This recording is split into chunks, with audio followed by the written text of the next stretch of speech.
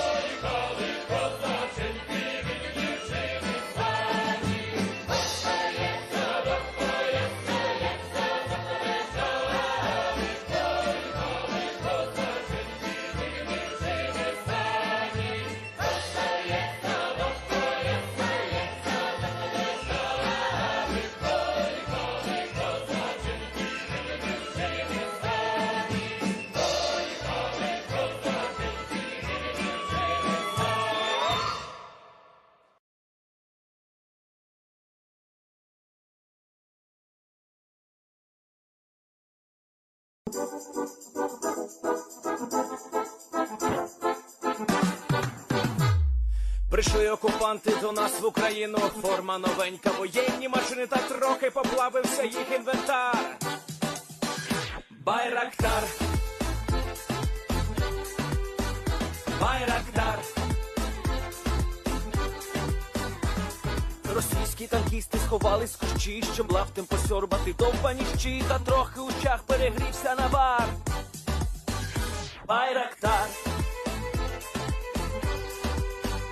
Байрактар. Приперли зі сходу до нас барани для восстановлення великої страни. Найкращий пастух баранячих отар. Байрактар, Байрактар. Їх доводи всяке озброєння різне, потужні ракети, машини залізні, у нас на всі доводи є коментар. Байрактар, Байрактар. Вони захопити хотіли нас зразу, а ми зачаїли на орків образу з російських бандитів, робить примар. Байрактар, Байрактар.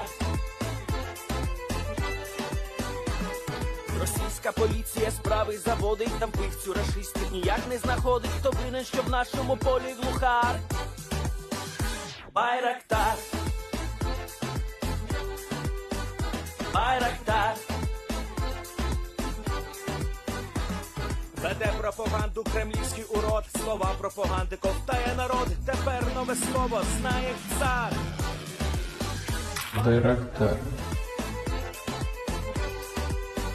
Байрактар. Байрактар. Байрактар. Байрактар.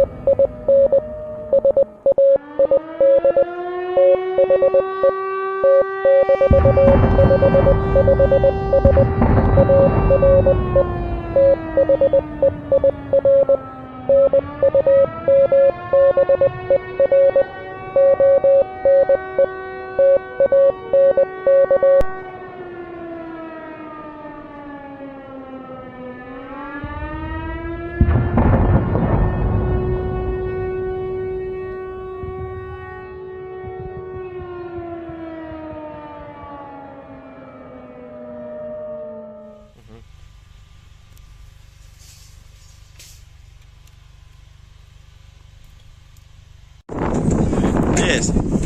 The Leaf Spring Army sends its regards.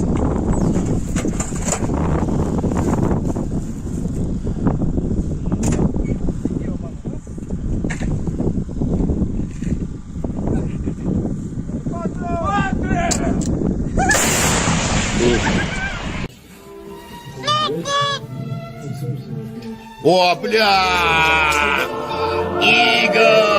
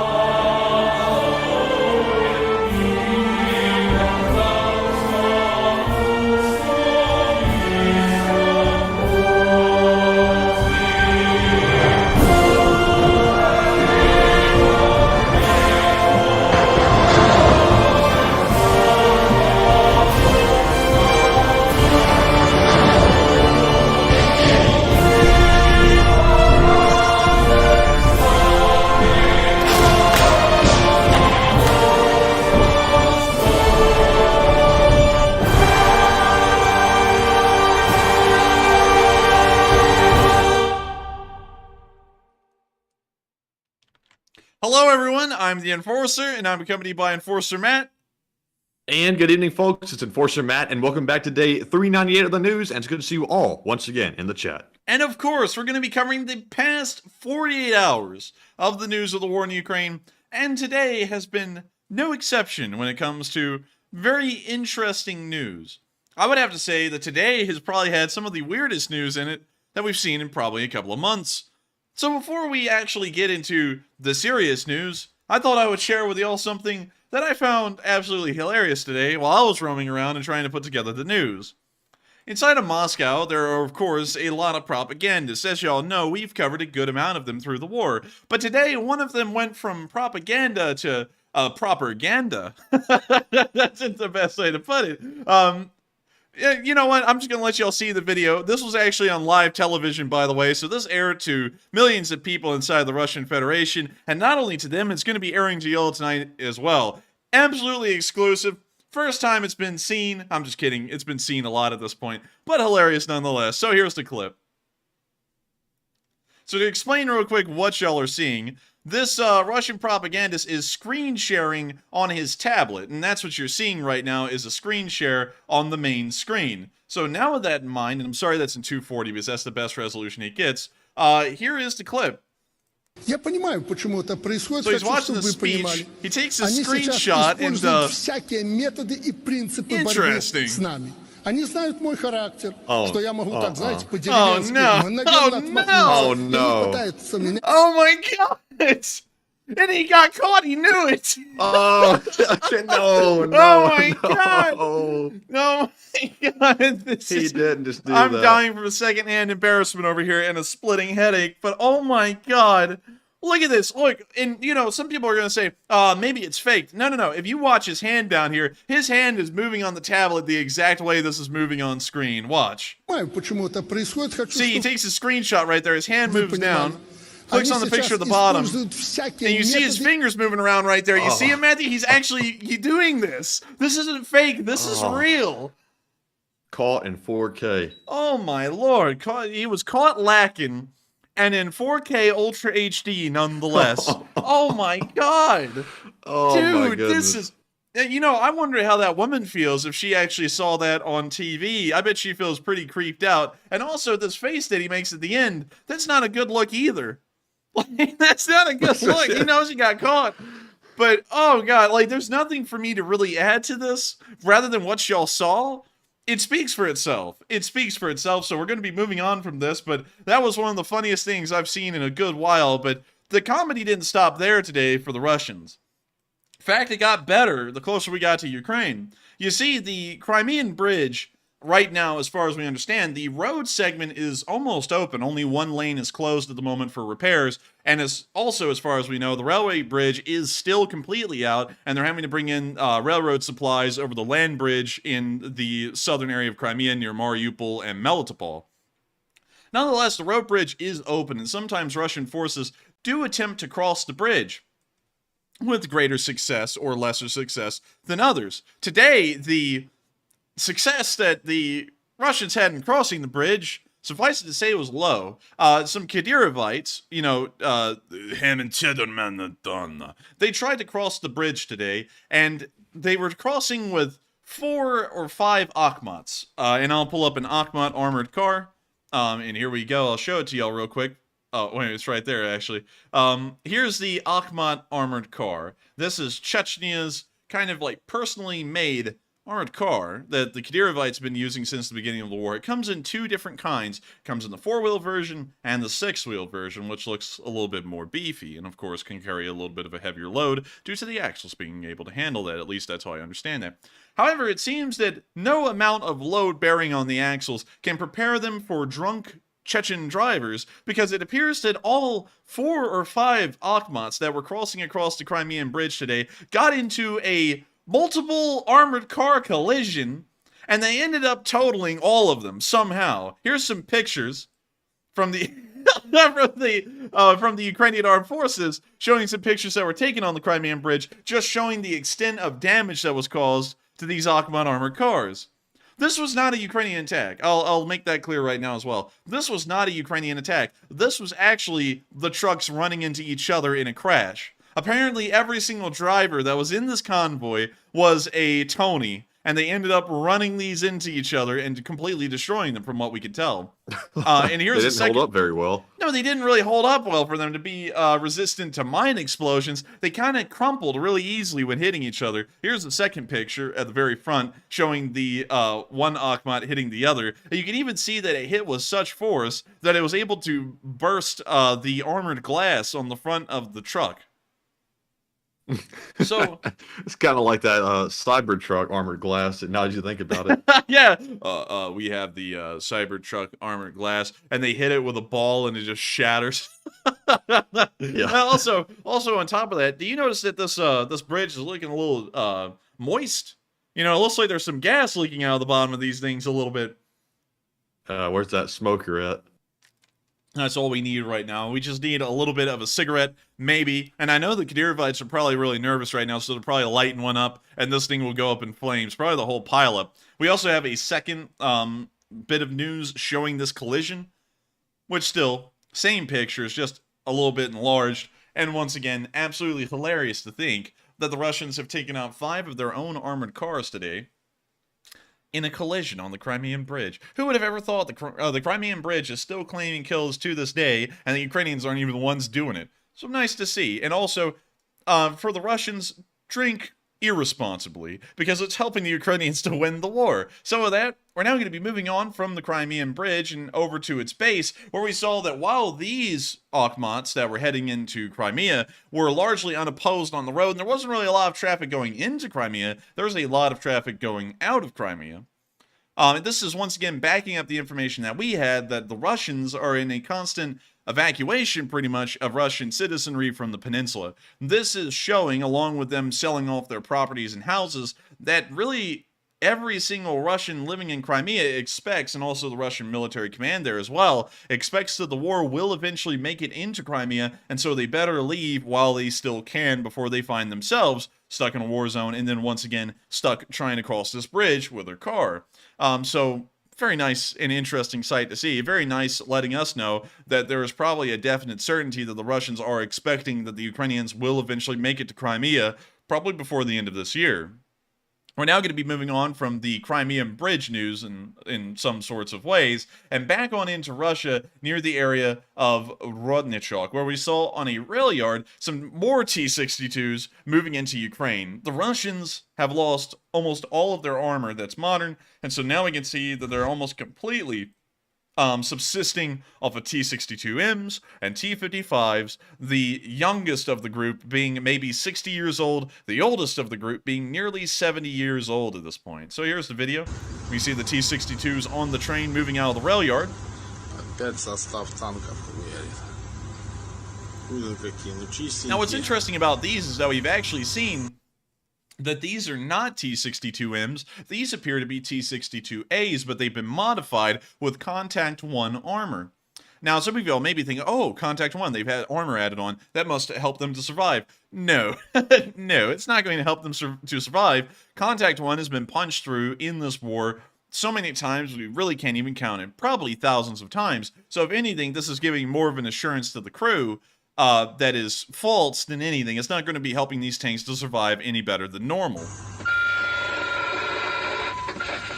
Also, we can hear the Russian radios and their high-quality transmitters right there at work. Jeez. Very nice. That's rough.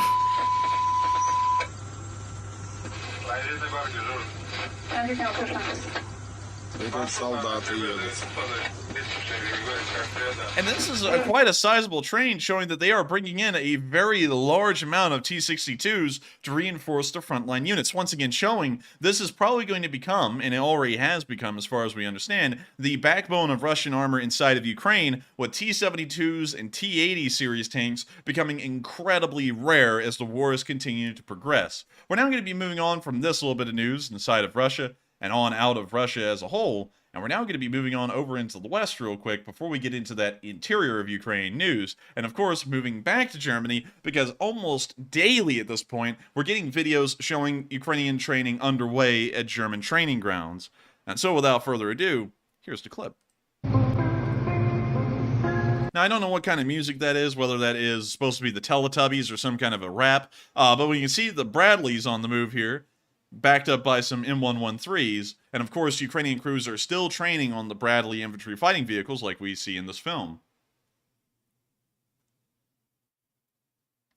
It is expected that not only will the Bradley serve as an incredibly capable armored personnel carrier, it will be an incredibly good vehicle for infantry support. The TOW-2s that it can fire can practically destroy any Russian tank out there, with a warhead on the TOW-2Bs that is very similar in the way it operates to a Javelin anti-tank missile. Really nothing can stop the TOW-2B from destroying even Russia's finest tanks like the T-9DM. So these things could pose a great risk to Russian tanks alone without the need of Western main battle tanks. But, of course, they're not going to be going over there without Western main battle tanks. In fact, the Western main battle tanks have beat the Bradleys into Ukraine. And we actually saw that the first Challenger 2s to ever arrive in Ukraine arrived today.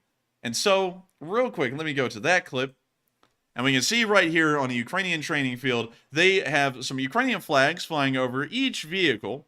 And they also have the flag of the country that provided them. We can see over here on the far left side. Oh, I was scared that was OBS for a second, Maddie. That scared the hell out of me. We can see over here on the left side a kind of armored car. I don't really know whose armored car that is, but to the right of that, we see a Stryker armored personnel carrier from the United States. In the dead center, y'all can see it for the first time ever, a whole Challenger 2 main battle tank flying a Ukrainian flag on Ukrainian soil. These are the first Challengers that have actually made it there, and from what we understand, there is somewhere around 3 Challenger 2s to 4 Challenger 2s that have currently been delivered and are in Ukraine right now. They're the first of many to come. We know that there's going to be about 20 Challenger 2s that will be provided to the Ukrainians during the last amounts of support packages that we heard about. So this is about, let's see here, Mandy, let me try and do some terrible math, about 20%, I believe, of Britain's support in tanks has already arrived in the number of 4. Interesting. I think that does work out. I'm sorry, y'all. I have a terrible headache. I'm trying to. I have a terrible headache tonight, y'all. It's literally splitting my head in two. And not only am I not good at math, having a headache is making it a lot more difficult. But over to the right of center, where the Challenger 2 was, we can also see that Martyr the Martyr APC, or as the Ukrainians and many people around the world have started to call them, the Martyr BMP. Now, I don't really know what kind the Germans have provided. There were actually several variants of the Martyr 1. There was the Martyr 1, the Martyr 1A1, the Martyr 1A2, the Martyr 1A3, and so on. So I don't really know which one they are providing, but they are providing Martyrs overall. And then, of course, the last one is a Ukrainian armored car. I believe it is a Cossack, I believe, but don't quote me on that one. And someone said this is a Cougar MRAP. Interesting that they have like an airborne flag up there, because like, I don't know, I feel like they have an American flag over there, but they have like an airborne paratrooper flag over there. So I don't know what that's for in particular, but still very cool nonetheless. Very nice to see. And so that is like how the MRAP literally like dwarfs every other vehicle like in the lineup. Yeah, even the Challenger 2, it even makes the Challenger 2 look small. Dude, you know when a Russian sees that thing, he must think it is like a tank, you know, because of just how big the thing is. Yeah, that must be cool to drive too, being that like tall up in the vehicle. Man, you know, dude, driving that thing in traffic though, good luck, man. You're going to be killing a family of 4 in front of you because you can't see over the hood. You're going to be running into people beside you because it's too wide to be in the lane, really. But still, that thing is impressive. I mean, a really cool armored car over there. And it's great to know that the Ukrainians can count on the West to provide them with massive amounts of support like this. And not only that, of course, I have to plug our Twitter. Of course, y'all know that plugging the Twitter is almost a common theme of every night's stream, but it's for a good reason. Twitter's bussin'. Have y'all seen it lately? It's great. And not only were the Challenger 2s provided, I had to make sure to hop over here real quick to show y'all this. Let me scroll on down. Here we go. 3 Leopard 2 A6s also arrived in Ukraine from Portugal. So excellent news. I love those tanks. Leopard 2 A6s are one of the best designed tanks currently out. That is, of course, Matthew's humble opinion. That's it. Of course, of course. Of course, of course. Because we would never want to anger any of the Americans or the British that think that their main battle tank is the best. But, Matthew, that may actually be a good poll tonight. Who has the best main battle tank? What is the best MBT? The Leopard 2A6, the M1A2, or the Challenger 2? And let's see what people actually think, because I would be interested to know, because I think the last time we ever did that poll, I think it was the Abrams that ended up winning, but maybe this time it'll be a little different. I don't know. But with that very great news, Give me those options again real quick, and let me put that into a poll. Let's see, an M1A2, Leopard 2 A6, or a Challenger 2. And, of course, M1A2 and a Challenger 2 is kind of indescript, but, it's just a general class. It's not we're not going into the SEPs or the different variations and modifications of the Challenger. It's just Challenger 2, M1A2, and the Leopard 2A6. And then we'll see what everyone thinks. Kevin Keyes actually said the Israeli tank. Sadly, we haven't seen one of those go into Ukraine. They are very interesting, though, the Merkava 4. Which is the most modern iteration of main battle tank the Israelis use. It is really bizarre in its design, and the engine is actually placed at the front of the tank instead of the rear, which is incredibly special and unorthodox, especially compared to the rest of the designs around the world. Pretty interesting one, but sadly, we're only running a poll on the ones that are being sent to Ukraine. But if that one does get sent to Ukraine, we'll probably run a poll on it. With that, of course, great news to hear of all of the tanks that have already arrived in Ukraine, and hopefully we'll be hearing of even more in the future. And moving on into our next little bit of news, we saw a Challenger recovery vehicle also popping up in Ukraine as well. These are an unsung hero of the battlefield. Recovery vehicles and vehicles that work in the logistics are always never looked at as greatly or with as much detail as those frontline vehicles. Because, of course, a Challenger 2 and an M1 Abrams is impressive looking. They're cool. They're powerful. Not only that, they're just incredible to see. These recovery vehicles, on the other hand, they're just kind of a thing. Everyone just goes, oh, that's great. But these things can really change a lot, especially when it comes to attrition. This Challenger 2 can pull, this Challenger 2 recovery vehicle can practically pull any armored vehicle, any vehicle for that matter, out of mud or out of anywhere where it's stuck. This thing is going to help to reduce the attrition of Ukrainian vehicles and also help to recover some Russian vehicles that the Ukrainians may be able to use. That's why logistics vehicles like these, or support vehicles like these, are incredibly important, because without them, let's say one of those Challenger 2s gets stuck somewhere, like say it gets bogged down in mud, it gets stuck. The normal practice would be, if you can't recover it, to bail out of the vehicle and just abandon it, and it will be stuck there until either the ground dries or until many years later when someone finally recovers it. With a Challenger recovery vehicle like this one, or even an American recovery vehicle based off of an M60 or an M1 Abrams, you can pull that thing back out of the mud and get it right back into the battle and not suffer any attritional losses from terrain or anything else for that matter. So it is a great benefit to have vehicles like these. And moving on into the next picture, you can see a Ukrainian soldier standing right here on the side of it. And once again, this isn't in the front lines right now. This appears, according to the caption and from what we've seen, to still be at one of those Eastern Ukrainian training grounds. Actually, Western Ukrainian training grounds. Sorry, correction there. And it hasn't made it to the front lines yet, but hopefully we'll see it eventually make it to the front lines, because these things will certainly be helping to reduce attritional losses of tanks due to terrain and other elements. And so with that, we're going to be moving on from that little bit of news and on into Kyiv, where we saw an unfortunate little bit of news of a drone diving down onto the city. And so here's the clip. Of course, the city below is blurred out, but we can hear the drone flying in. We can hear AA fire going off, and we can see that the drone hit the center of Kyiv. At this moment, we don't know what it hit or what the casualties were, but of course, it most likely did kill civilians, and it's another Russian terrorist attack caused by a drone. And of course, hopefully Ukrainian air defenses can continue to improve. They've been incredibly effective so far in shooting down these drones, but every once in a while, an unfortunate incident like this sees that one slips through those air defenses and makes its way to its final target. Of course, very unfortunate to see, but hopefully the Ukrainians will be able to blow these things up in the future a lot more effectively than they are right now, although that's pretty good. We're now going to be moving on out of Kyiv and on into our location unknown news. We've actually had a somewhat small amount for yesterday, which would have been day 397, but oddly enough, compared to our trend, we've actually had a lot of news from day 397 than normal. But anyways, moving on into the news itself and starting off with our first location unknown news clip, we saw a day in the life of a Ukrainian soldier. And this was actually really cool because I've never seen them using ATVs before. Or four-wheelers, more like. And these are actually pretty nice looking. They're now moving into the woods. Looks like he's got an M4 with some kind of a Canadian scope. Oh, very nice. When you see him walking past a crater in the tree line, and now moving through the rest of the brush.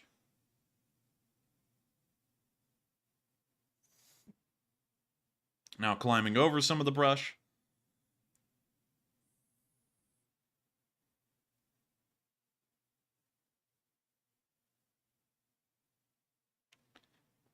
We can now see them firing a machine gun. It appears to be... I've got to be honest with y'all, I'm kind of at a loss as to what kind of machine gun that is. It appears to be... I don't really know.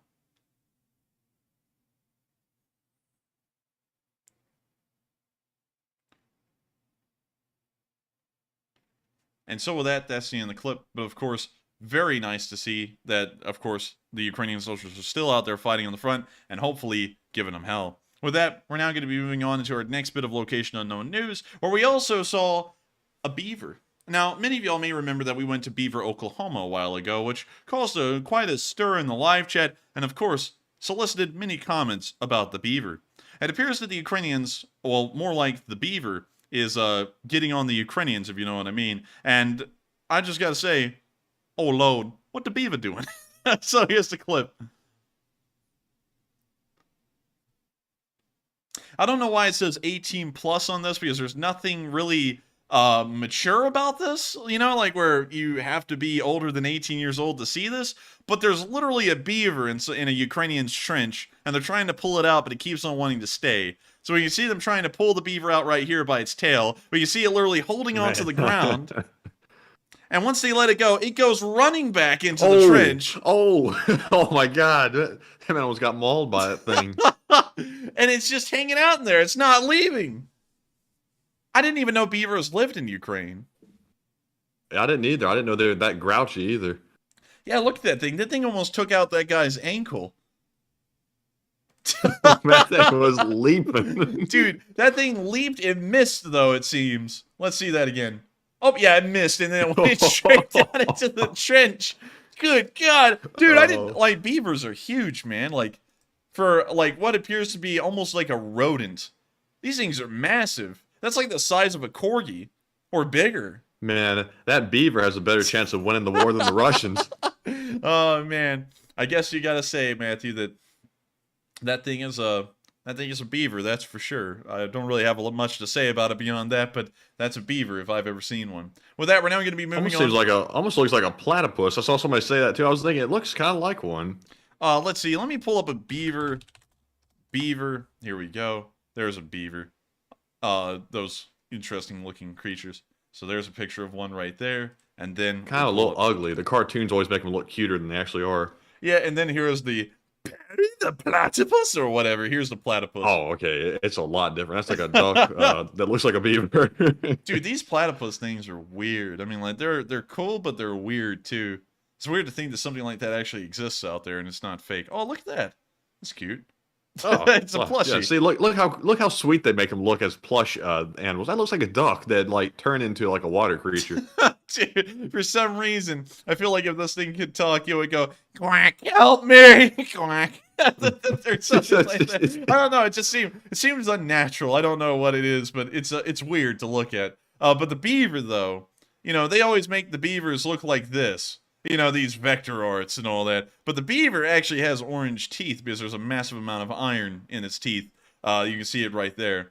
It has teeth like mine before I brush them in the morning. I'm just kidding. But still, crazy to see a beaver in Ukraine. I didn't even know they lived there. But still, that guy almost got his ankle bit. With that, we're moving on to the next bit of location unknown news. Where I can see a Ukrainian Belgian Malinois, if I'm pronouncing that correctly. And it's ready to go. See it sitting down. We see it standing up. We see it doing tricks. Слава Україні! Слава Україні! Молодець. Дай лапку. Хорошо. Дай другу лапку. Dude, that dog is ready for a promotion. Dude, that dog would the probably corgis act like this. Dude, that dog would probably be better than any commander from the DPR right there with what he's able to do. He'd sit there, Commander, what do we do? Oh, yes, sir. It's like, oh, man. But, yeah, you know, how come our corgis can't act like this? All our, Matthew, corgis born after 1990 are just not the same. All they know is eat wet food and bark. Yeah.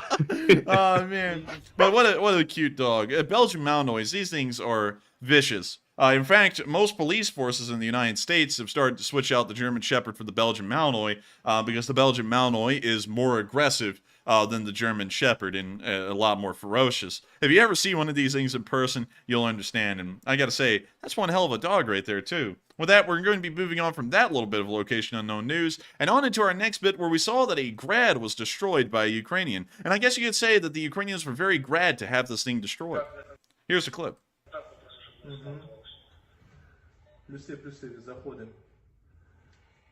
When you see the Kamikaze drone making its way downtown, down the railroad tracks.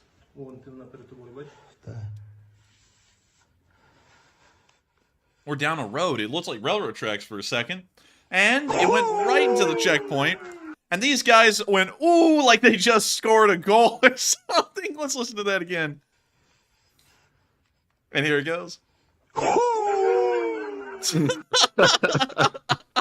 Oh, man. But I gotta say, that was a great shot on their part, especially trying to get that Kamikaze drone under the bridge, which seems like it should be easy. The drone's small. The clearance under the bridge is massive compared to the size of the drone. But considering that they lose the signal to those things on their way in, that was actually one hell of a shot right there. You saw him pull off, and I'm sure that the Russians under the bridge did not appreciate that trick shot. However, the Ukrainians certainly did, if you hear that little cheer one more time. I love it. So that we're going to be moving on from that little bit of location unknown news and on into our next bit where we saw the Azov Brigade training new troops. And they always have these very cool edits and songs and stuff, but of course we can't play any of it. But we can see them undergoing a training of new recruits right here. And interestingly enough, Matthew, have you noticed that there has been a little bit of a fundamental change since the start of this war? They've gotten matching helmets.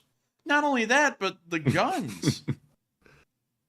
Yeah, it looks like they've turned a little American. Well, yeah, it looks like they're getting a little American out here. What happened to They said, the AK? oh, we need some of those American guns. Once they got one in their hands, they're like, we got to get rid of these AKs. Yeah, man, I mean, like, you know, what's interesting is that everyone always says here in the United States, and I think, Andy, honestly, Mandy, I gotta say, I think people in the United States are spoiled with the quality of our stuff. You know, because everyone in America always thinks the AK beats out the M16s and the M4s any given day. It doesn't matter what kind of AK, whether it be an AK-47, AKM, AK-74, AK-12, you know, the list goes on. For some reason, folks in the West always think the AK is better than the M16 or the M4. But just watch, like this. At the beginning of the war, everyone in Ukraine was using an AK of some variant. Now, a year and a month later, you can see that some of these units that were originally using AKs have completely dropped the AK platform altogether and have gone and picked themselves up some kind of M16s or M4s. That's because they are, of course, better. And everyone's saying, that's not an M4. Yes, it's not an M4. This is actually an M16. The best way to tell an M16 is because the barrels are extremely long. They're like 21 inches or something like that. So these are, if I'm not mistaken, Canadian M16s. And it looks I see like some folks saying it's a C7 Canadian rifle. And I believe that's a license-built version of the M16. But let's pull that up just to make sure. C7 rifle. The Colt Canada C7 is it's a similar design and function to the M16A3. So it is pretty much a license-built version of the M16. So well, it's we can still let Canada have some credit on that one. But seriously though, the AK is like the gun that you use if you have to, but you really want like an M16 or an M4. yeah, the M16 and the M4 is unbeatable. You know what? Actually, in the future, we're still planning on eventually getting to making videos, maybe gun reviews. I don't know where we're going to be putting those up because, YouTube's kind of getting a little strict. However, Matthew, I gotta say this. Grand Thumb out there is still making videos. I mean, hell, he even had SIG bring out one of their brand new machine guns, like it's going through army trials, and he had that on his channel. If he can do that... Lucky.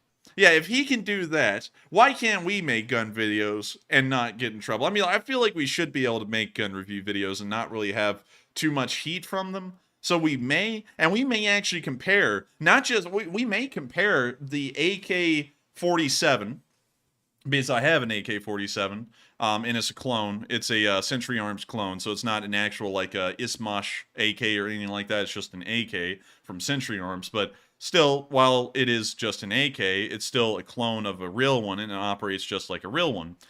Take that AK and then compare it to an M4 or an M16 and show why there are a decent amount of myths revolving around the AK. Because I feel like these myths have to eventually be broken down, because everyone always says, oh, the AK runs unstoppably. It never jams. It never has a misfeed. It never has this.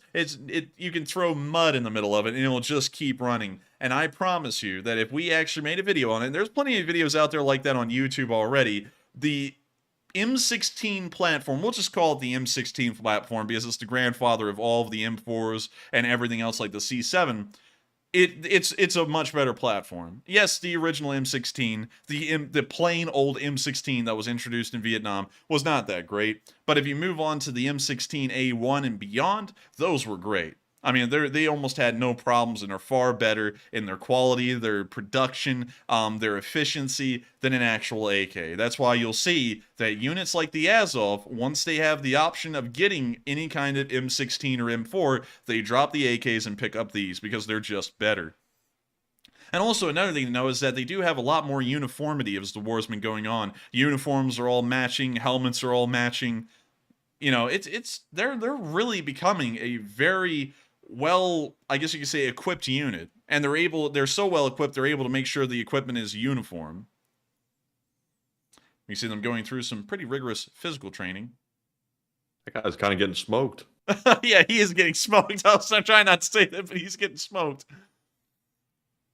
And now you see him having to drag his kid along the ground again. And that's the end of Yeah, the I think clip. he was getting smoked. Yeah, he was getting smoked, that's for sure. That's the end of the clip, but of course, a great job from the Azov making sure to train some of Ukraine's, I guess you could say, best frontline units. From what we understand, the Ukrainians use the Azov kind of like the Fighting 93rd, wherever the going gets tough. With that, we're now going to be moving on into the next bit of news, where we saw the War Goose. Now, many of y'all have heard of the War Pigs. That's a very famous song at this point, and I've actually heard of it, funnily enough, although I don't really hear much of anything else. But we now have a new animal entering the war arena, the War Goose. And I guess you could say, Matty, this thing ain't goosing around. Oh yeah, I gotta mute that. But here comes the War Goose. Oh.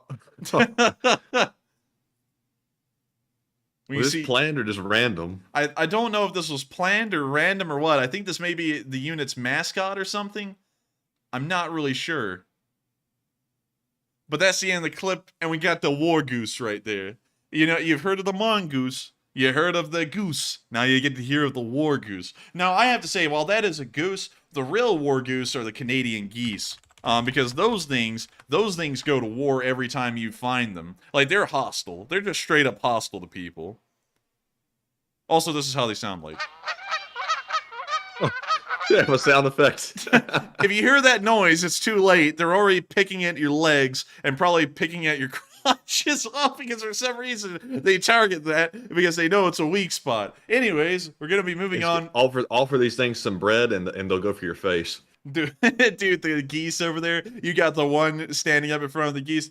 The one with the beak pokes. If one does not have a beak, the other one will pick up the beak and poke. And then they run out there and they're going, for the bread, blitz. But anyways, we're moving. Well, more since they're Canadians, they'd be going, for the bread, eh? Give us the bread, eh? But anyways, we're moving on into our last bit of location unknown news, where we saw the Russian losses for today. And of course, I had to go and grab this from the Kyiv Independent on Twitter, because You can see down here, Matthew, the bobcat Hey! is real. Goodness A gracious. BOGO day. 2 for 1. Man, look at this. We got one person, like, reviewing a bobcat, I guess? This is from, who is this from? Casey. Casey. Call him out. Call him out. Let's see, what else we got? We got a bobcat in snow from Brent. We've got, yeah, show more replies. We gotta check out the rest of them. We got another burning bobcat. Dude, there are so many burning bobcat pictures out on the internet. I have never found these, and yet they're everywhere. Let's see. Apparently, it's the common occurrence to burn these things. Good God, that's a sheriff's bobcat? Man, that's a. I was about to say killdozer, but I don't know what you'd call this. Kill cat? Maybe. It's like a Kit Kat, but a little bit more deadly. It's a kill cat. Let's see. Let me get back on there and let's see what else we got. Today is the 6th. Okay. Let's see. 2,000 Russian officers. Hey, we got another bobcat doing a wheelie. Hey, and who's this from? Mac. Call him out. Call him out. Let's see here. And I think that's all of them today. While my headache just got so much worse from doing that. Man, I'm telling you, man, this headache is tough. But anyways, it's time to get on to actually calling out the losses. Because y'all know we got to do it. We got to call them out, call them out. And so 570 Russian soldiers have been lost today. Oddly enough, while this number is, of course, incredibly high, it is far lower than the norm we've been seeing over the past month, although it's still fairly high compared to World War II standards for every country except for the Soviet Union and China. The Russians also lost another 13 armored personnel carriers today, quite a decent number. 9 supply trucks were also lost today as well. A very high number, considering that it's fairly difficult for the Ukrainians to destroy supply trucks at this point. 1, because they may be a little bit more scarce than they were at the start, and 2, they're usually operating well behind the lines at this point, so it's pretty hard to get back there and get them. 7 tanks were also destroyed. This is actually a fairly high number, getting almost up to the amount an entire battalion tactical group would be using. And of course, those will all have to be replaced with something else, either a T-62 or a T-55. 15 artillery systems were destroyed over the past 24 hours. That is nearly 4 entire artillery batteries worth of firepower that has been destroyed. Not only that, 19 drones were shot down, 2 MLRSs were wiped out, and of course, the 2 Bobcat skid steers were had. And so... Also, Try and Take Alaska said we should call it a caterkiller. That's actually not that bad. That's good. That's good. I like it. You remember that toy that we had, Matthew, when we were kids? It was like a caterpillar thing. You would click it and it would literally have like slogans from the Caterpillar company like play on it. Yes. Caterpillar Yes. power and all that crap. But yeah, the caterpillar. Yeah, that's a pretty good one. I like that. So we're gonna be coining that from here forward. With that, we're now going to be moving on from those losses. Of course, great to see. And someone actually asked, what about yesterday's losses? Great question. Why don't we go find them? So let me go scrolling down. Man, the Kyiv Independent posts a lot. Like a load. Goodness me. So see, this is the 27th. So we should be coming up on it here soon. And here's the days before losses. And of course, the Bobcats are here. Magic Sky Girl is actually the first one to post one. 610 Russian Matt soldiers. driving his Bobcat home. Yes, park it right in the driveway. Dude, wouldn't that be funny if you actually drove that into the city? I should. I really should. You should. And then get locked up for being a nut. It would be like locked up abroad, but instead of being abroad, you would be locked up domestically. Oh, man. Like, if you get locked up domestically, are you technically being domesticated? I mean, you could say that. Some call it institutionalized, but you could say that. Yeah, I mean, like, then again, people come out of prison a little bit more feral than they entered, so I guess it's not really domesticization. But anyways, 610 Russian soldiers were killed over the on the 27th of March. I'm trying to figure out how to say that. 6 armored personnel carriers were destroyed, 7 supply trucks, no tanks whatsoever, which was actually very weird. 7 artillery pieces, that's almost 2 batteries destroyed, 2 drones, an MLRS, and of course the 3 Bobcat skid steers. And of course we can see that everybody and their mother is coming out of the woodworks to once again put down more Bobcats. We can see these guys actually using that sheriff's Bobcat. And I just have to ask this question, why the hell does a sheriff's department have an armored Bobcat? Like, where in the world is there like a necessary need for an armored bobcat. I feel like this was honestly the sheriff's department wanting to buy a cool toy than anything. Yeah, It's like, why not they don't need those. Yeah, it's like, why not use like one of those M113s that cost like $25,000 and you can find anywhere. You know, you can find them in surplus yards from the army anywhere. If you need something armored, like get one of those. Why in the world get a custom built like bobcat thing? I don't know. That for some reason that just seems like wasteful spending to me. But anyways, The sheriff wants to feel like he's in Afghanistan, like driving through the city. yeah. Apparently so. So with that, we're now going to be moving on from the location unknowns. Pretty interesting to see nonetheless. And now it's time for us to move on into actually Troichinets first, which was a big deal at this time a year ago, and it actually hit the news circuit again today. But before we get into that news, of course, we have to cover some pretty interesting stuff. Some stuff that is absolutely juicy. We have polls, incredible polls, massive polls. I would have to say polls that really make you think, really make you vote. We love the actually. polls. We love the polls. The polls are great. The polls make this channel a little bit extra special. And so we've got to go over them, and I've got to hear what y'all are saying about these things. And so with that, what do we got? All right, so we have 3 polls to address during our first question segment, and the very first one says, all nuclear data sharing has stopped between the USA and Russia, and what are your thoughts? 60% said that was expected from Russia, and 19% said that's very concerning, and why is that? 14% said it may be slightly worrying, and at 7% said unsure. And on this one, I think it was expected personally. Russia did back out of that START nuclear treaty a short while ago, and the logical next step was to stop sharing data. So they eventually have now done that, and the USA has returned the favor, and we're no longer sharing data with them either, which we should not, since they backed out of it. But Enforcer, what say you? I would say that it's really nothing to get too concerned about. Because it doesn't really matter whether they share data on their nuclear weapons or not. They still have them, regardless. So it doesn't really seem that concerning to me. And if another nuclear arms race begins, hopefully one doesn't. But if it begins, of course, as long as they're not used, it's not really going to be that big of a deal. So with that, I hope that does address that poll fairly well. We are on to the next one. And the next one says, which tank is the best in your opinion? It looks like 43% said the M1A2, 29% said the Leopard 2A6, 21% said the Challenger 2, and 7% said none of the above. And y'all know where I stand on this one. I think the Leopard 2A6 is one of the coolest looking tanks of the modern era. I will have to say, though, I do like our M1A2, but I think the design of the Leopard is a little bit better for me. But Enforcer, what say you? I would have to say, very interesting poll results. Let me hear that poll one more time, though. Let me hear the results again, just to make sure that I'm hearing this correctly. So it was 43% for the M1A2, 29% for the Leopard 2, and 21% for the Challenger 2. You know, it's just wild to me, really, because I'm always expecting it to be a little close. So the Challenger 2 is always on the bottom, because the Challenger 2, it's not my favorite tank out of them all. Of course, I like the Abrams the most. I think it's a really good tank, but it's always crazy to me that the Challenger 2 doesn't get higher up on the list just because of the aesthetic. I mean, like, it's a really good-looking tank. I mean, it looks pretty cool. It's pretty beefy. I mean, like, the thing's Pretty thick. It's the biggest tank in the Western world, actually, by just sheer size. And it's a pretty cool one as well. I mean, like, there's nothing wrong with it. It even has a tea kettle built into it. What could be wrong with that? What could be more British than that? But still, I have to say, in my opinion, the M1A2 with the Tusk armor package, let me see if I can get that right here, is a really cool looking tank. Can't really find a lot of pictures of it in real life with the armor package on it. Wait a minute, is that one?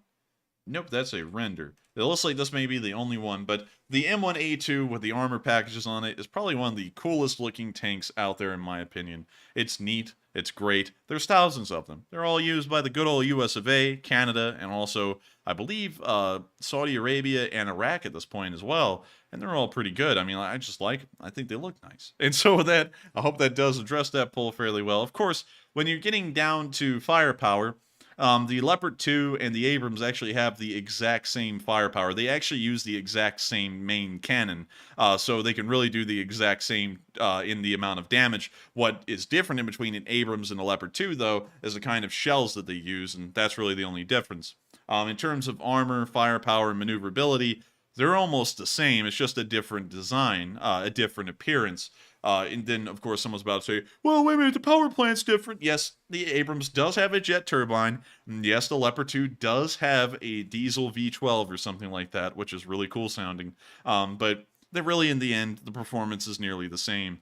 Still a cool-looking tank, though. And I'm not going to diss on any of them, because all of these Western tanks are top-notch. And everyone always, I don't know, Matthew. Sometimes I feel like people miss the trees for the horizon, or however that phrase goes, because Miss the forest for the trees. yeah, miss the forest for the trees. There we go. That's the way that phrase works. Thank you, Matthew. Thank you.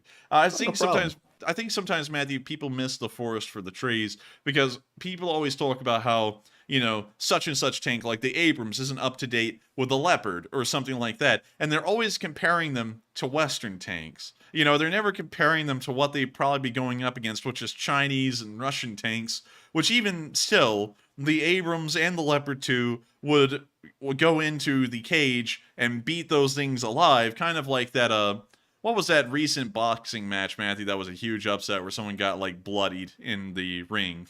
Because I remember hearing about it.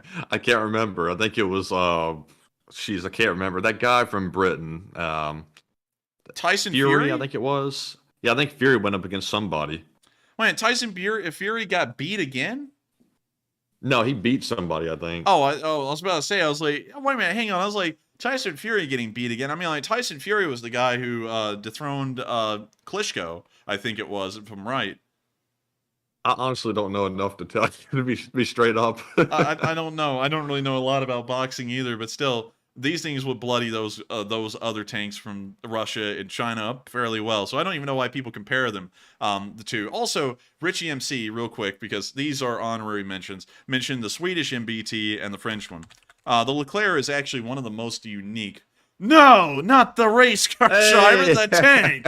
Charles Leclerc. The Leclerc is a pretty interesting tank. It's a very unorthodox design for a Western tank. It's actually an autoloader, kind of like a Russian tank, but I don't believe their autoloader actually relies on the engine being on, if I'm correct, so that's a bit of an added plus to the Leclerc, and it also only has a 3-man crew, compared to the rest of the Western world having 4-man crews with a manual loader.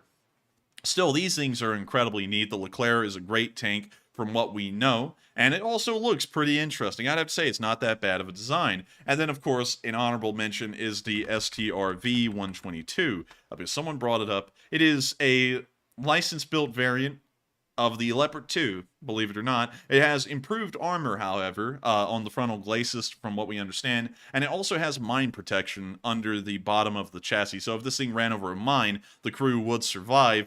The tank's suspension system, however, probably wouldn't. But still, a very neat tank nonetheless, and certainly an honorable mention, but once again, kind of falls in the Leopard 2 category. Anyways, the U.S. will eventually be able to compete with the Leopard's design when the Abrams X comes out and actually gets deployed. That thing actually looks pretty cool.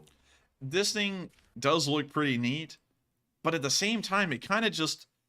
I don't know, it kind of just looks like an Abrams, It looks like a more angular Abrams. That's the best way to describe it. I have to admit, they kind of cheaped out with the black spray painting at the bottom of the armor panels on the side. They made it look like it was jagged, but it's really just panels that are painted black.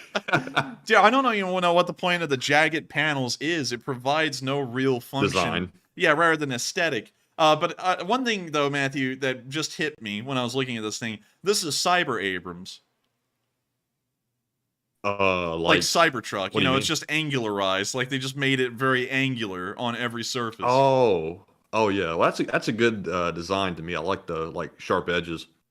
I mean, yeah, true. And then, there's the KF-51 Panther, but we're going down a rabbit hole here that is incredibly big.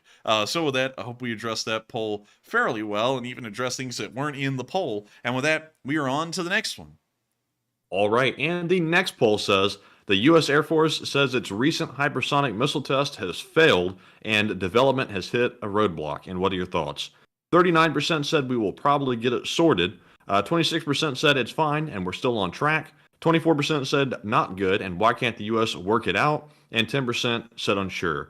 And I have to say, first off, I'm kind of shocked that the U.S. Air Force said this publicly. That seems like something you might have wanted to keep quiet, but they said it nonetheless. And I'm kind of concerned because China has developed at least the vehicle for a hypersonic missile. And if I believe I remember correctly, they tested it and it flew all the way around the world. And we were, I think, unaware of it for a while until we found out later that they actually did it. And supposedly, Russia also has some hypersonic missiles themselves. Granted, they're not as capable as the one we're developing, though. But kind of not good, so I'm with the 24%. But Enforcer, what say you? I would say that's not really the best thing to hear, but at the same time, we actually were the first ones in the world, believe it or not, to try and work out a hypersonic missile way back in the 50s and 60s. And back then, we decided that it was an impractical concept, and we just dropped it and never really revisited it. In fact, our research and data showed that it was such a pointless endeavor to try and create a hypersonic missile that nobody pursued it anywhere in the world. The Soviets didn't try and pursue it, and it just was left, to do nothing. And then, of course, the Russians of the modern day were the first ones to actually produce and field a hypersonic missile, which is the Kinzhal, which we've seen used in Ukraine several times. The Chinese were the first ones in the world, though, to create the intercontinental hypersonic missile. But the real question is, if we deemed these missiles way back in the day to be practically useless, why would we need to create one now? Because the hypersonic, like, let's say, how long does a hypersonic need to fly to reach the U.S. from China? I know that's a very in-depth question. Let's see. There, Taylor, long range. How fast can a Russian hypersonic? So they'd be flying around 7,000 miles per hour. So let's just measure the distance in between mainland China and the United States, and let's just assume it has the range to do that. So 7,000 miles an hour. We pull out the ruler. Let's say they fire it off in, like, the East China Sea. I had to make sure I got the name of that right. Measure distance. So to hit California, that is a distance of a whopping 6,000 miles. So it would take an hour for a hypersonic missile fired from the East China Sea to make it to the western seaboard of the United States. Just about. Of course, it's a little bit more short. It'd be like 50 minutes, really. An intercontinental ballistic missile, however, takes 15 minutes to reach from its silo to its target on the other side of the world. So the Chinese fire off a hypersonic missile with a nuclear warhead on it, and it starts flying over the Pacific, and we go, oh no, oh no, it's on the way. If we actually know it's on the way, which is the question, because you can't really, well, you could definitely hear them, because I bet the sonic boom it's making at 7,000 miles per hour is going to be fairly loud. So if anyone hears it, they'll probably say, there was a loud sonic boom, we don't know where it came from. And then we would go, oh god, maybe it's time. And then within 15 minutes, an intercontinental ballistic missile is landing in China, while that hypersonic missile is still on its way flying to the United States. So, is it really practical when you compare it to an intercontinental ballistic missile? Not really, because the amount of flight time it needs is almost 4 times longer, even going 7,000 miles an hour. So, I don't know. I mean, it doesn't really seem that concerning to me, considering that the ICBMs kind of already fill that role in terms of nuclear deterrence. It just seems like the hypersonic missile is really in travel time, a more inefficient way of trying to deliver a nuclear payload somewhere.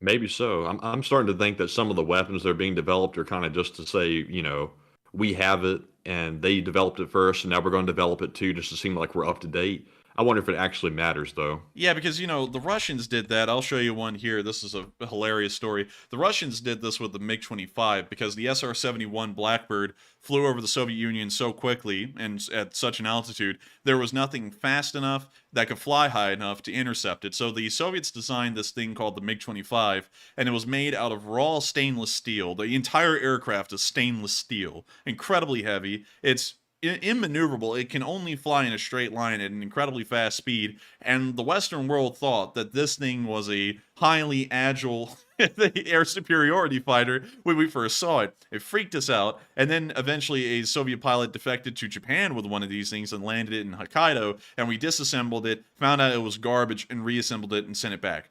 To this day, I believe the MiG-25 is the fastest interceptor in the world. It still hasn't been surpassed to this day, but did it really matter? No, because it still couldn't intercept the SR-71. It still wasn't good as American stuff, but it scared the hell out of us for a pretty good while, and that's why we went on to design the F-15. and then we got even better air superiority fighter out of the fear of this piece of garbage. So, really, I don't think the hypersonics are worth it or anything, and that may be why the U.S. Air Force is saying that the program has fallen flat on its face, because they want to make it kind of clear it's not really worth pursuing. We shouldn't really pursue this because it's practically useless. It'd be a lot more reassuring if we knew we had an effective countermeasure against this. Like, could we throw money into that category instead of developing an actual missile to, compete with theirs? Yeah, I feel like it would be better to try and upgrade either radars or air defenses to be able to spot one of these things and shoot them down. I feel like that would be a lot more assuring to the public than the concept of mutually assured destruction. Because that's really what it would end up being. So with that, I hope we addressed that poll fairly well, and we are on to the next one.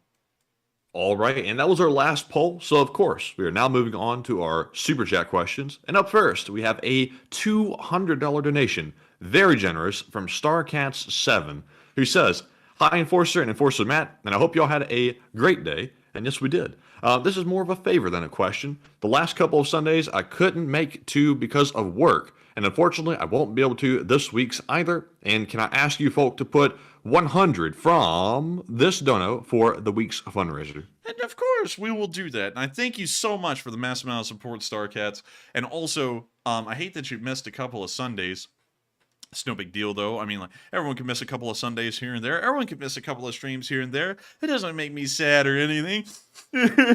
Oh, just kidding, but still, thank you so much once again for helping this channel to keep on running. We will make sure to put $100 towards the Sunday fundraiser. And speaking of Sunday fundraiser, this last one knocked it well out of the park. We didn't expect it to do that good, and it just did unbelievable. I think at the end it was something like $8,300, if I remember the number correctly. Yeah, it was something like that. It was much higher than goal.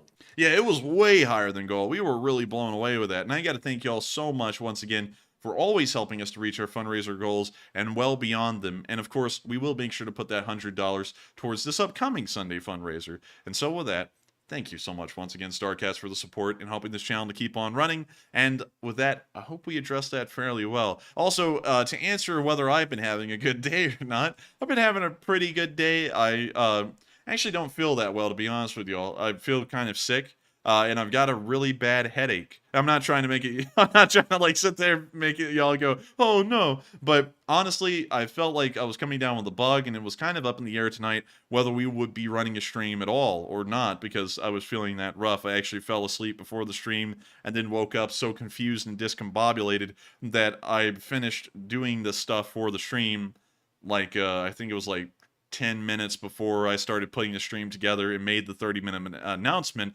before the stream went live. So it's been a good day, all things considered. I'll just get through this, hopefully, and hopefully it won't get worse. I was actually around a sickly person today. I don't know if they're watching the show, but they told me that they had been sick and they had just gotten over being sick. And I was like, thank you so much for sharing that with me. But anyways, with that, I hope that addresses. Thanks, friend, if you're watching. Yes, thank you.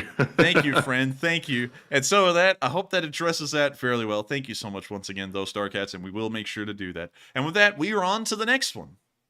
All right, and our next one goes to Charlie Nickel, who puts in a $50 donation. And thank you very much, Charlie, very much for that support. He says, if you're going to be a true Amerifatty, you'll need to carb up during Zelensky's speech versus the chug it down coffee approach.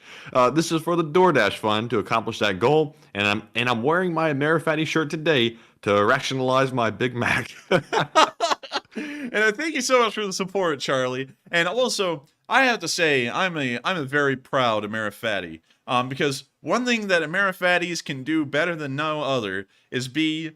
And I'm saying this in a good way, so don't take, if you're an American, don't get offended, because I'm also an American, so I'm in the same boat with you.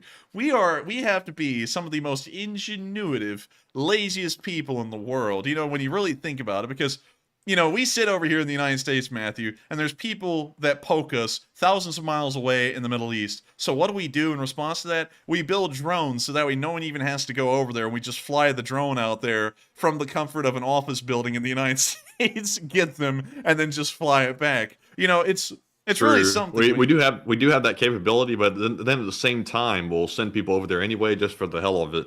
Yeah, just so that way they can get some little stamps on their passport going around the world. I don't know if they get a stamp on their passport though. Sometimes, like in Syria, because I don't really think the Syrian, like the Assad government, really wants them there. So maybe they get their own special stamps. I don't know, but still. Anyways, it's great to know that we're Amerifatis. If you're an Amerifati, rep the set, folks. And I've got to thank you so much for giving us a good idea of how to go about the Amerifati.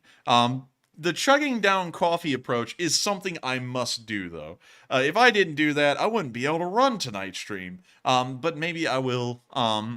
Maybe I will try and get some DoorDash. I don't know. Like DoorDash is something to me that's kind of odd. I know a lot of people do it. It's become incredibly common and popular, but it just adds so much cost to a meal. You know, like a meal becomes 100, 200% its original cost using DoorDash. And like to me, I just can't do DoorDash and like the delivery services. I feel like a lazy couch potato having somebody like drive my food all the way from the restaurant to the house. I just can't do it. I'd rather go get it myself. Yeah, not just that, it's like the raw cost of it. Like a $10 meal becomes a $25 or $30 meal, including the DoorDash delivery and everything in it. And then if you don't tip them, then they go violent. It's like, you know, it's like dang, it's like, Wait, who's not tipping them though? What are you trying to say? Well, no, I mean like there's like folks out there, you know, because it's kind of a thing with DoorDashers is that the tips hardly, like no matter how big the tip is, it hardly even covers the cost of gas for them to drive from point A to point B. No matter how big the tip is, it could be like $7. It's still usually not enough because the distance is so far sometimes. And so like DoorDashers are like massively stressed out, hardly making enough to even pay for the gas. And then if there was like a low tip that doesn't really even pay them for the gas, then they're making a loss. So still, I will look into the DoorDash thing though. Charlie said, "I never tip." LOL. I love the honesty. I love it. To the DoorDashers, like Charlie's house, going, "Oh, how am I going to feed my family?" Oh man, I'm gonna have to call them up and tell them that while I'm surrounded by food in my job, they're not getting none. But still, thank you for the support, Charlie. I will make sure to do that, and thank you so much for helping this channel to keep on running. But a Big Mac though, I mean, like, I don't know. Like, I feel like at this point with the cost of food, there's better alternatives to a Big Mac. You know, like there's Burger King. Well, not really Burger King. No, scratch that. Whataburger, Five Guys, Culver's. Like I don't know. I mean, like Big Mac's good every once in a while, but for some reason I just lost the aspiration to have a Big Mac like years ago. Like I don't know, Matthew, about you, but I'm just not really a big fan of the Big Mac anymore. No, the Big Mac has shrunk in size like significantly. It went from being like a real big burger, now it's like a biscuit. Yeah, I mean, a biscuit. Yeah, pretty much is a biscuit. But with that, I hope that addressed that fairly well. We are on to the final question of this segment, and then we're going to be moving right back into the news. All right. And Colleen said, the only DoorDash I get up north is an intruder. Oh my goodness. Oh no. Well, anyways, I don't want him delivering anything, and you're not going to tip him. Or if you do tip him, it's not going to be anything rather than a bullet. She's gonna. The only tip she's given is lead-tipped Full Metal Jacket. Oh, here's man. the tip. Like puts the bullet on him. Oh, okay. it's like a New Yorker. You want the tip? Here's the tip. And then get some. But anyways, we're on to the last one. Oh. Okay, so our last one goes to Richard Agur, who puts in a $90 donation and says the Australian beaver. Yes, goodness. The Australian beaver, aka duck-billed platypus. Also, the Aussies have a REGT of A1 Abrams. I'm not sure if it's the A2, haven't kept up. Had leopards for years beforehand. And keep up the great work and entertainment, guys. And thank you so much, Richard, for the support and also sharing with us a little bit of information about Australia, which is where you're from. Now, one thing I do love to say is that Australia is a pretty cool place. Huge place. It's almost empty, really, population density-wise, but a cool place nonetheless. And one thing that's really neat about them is that they do use, kind of like the Polish, Leopard 2s and M1 Abrams in their military at pretty much the same time. They have these Abrams that are called M1A1 AIMs. And let me try and show y'all here. Of course, War Thunder is the one that has it. Oh my god, every single picture of it. Here we go. Finally, a real picture out of the sea of War Thunder pictures. A real picture of an M1A1 AIM. These are the variants of the M1 Abrams that the Australian Army uses. And for the large part, they're fairly similar to just a normal M1A1.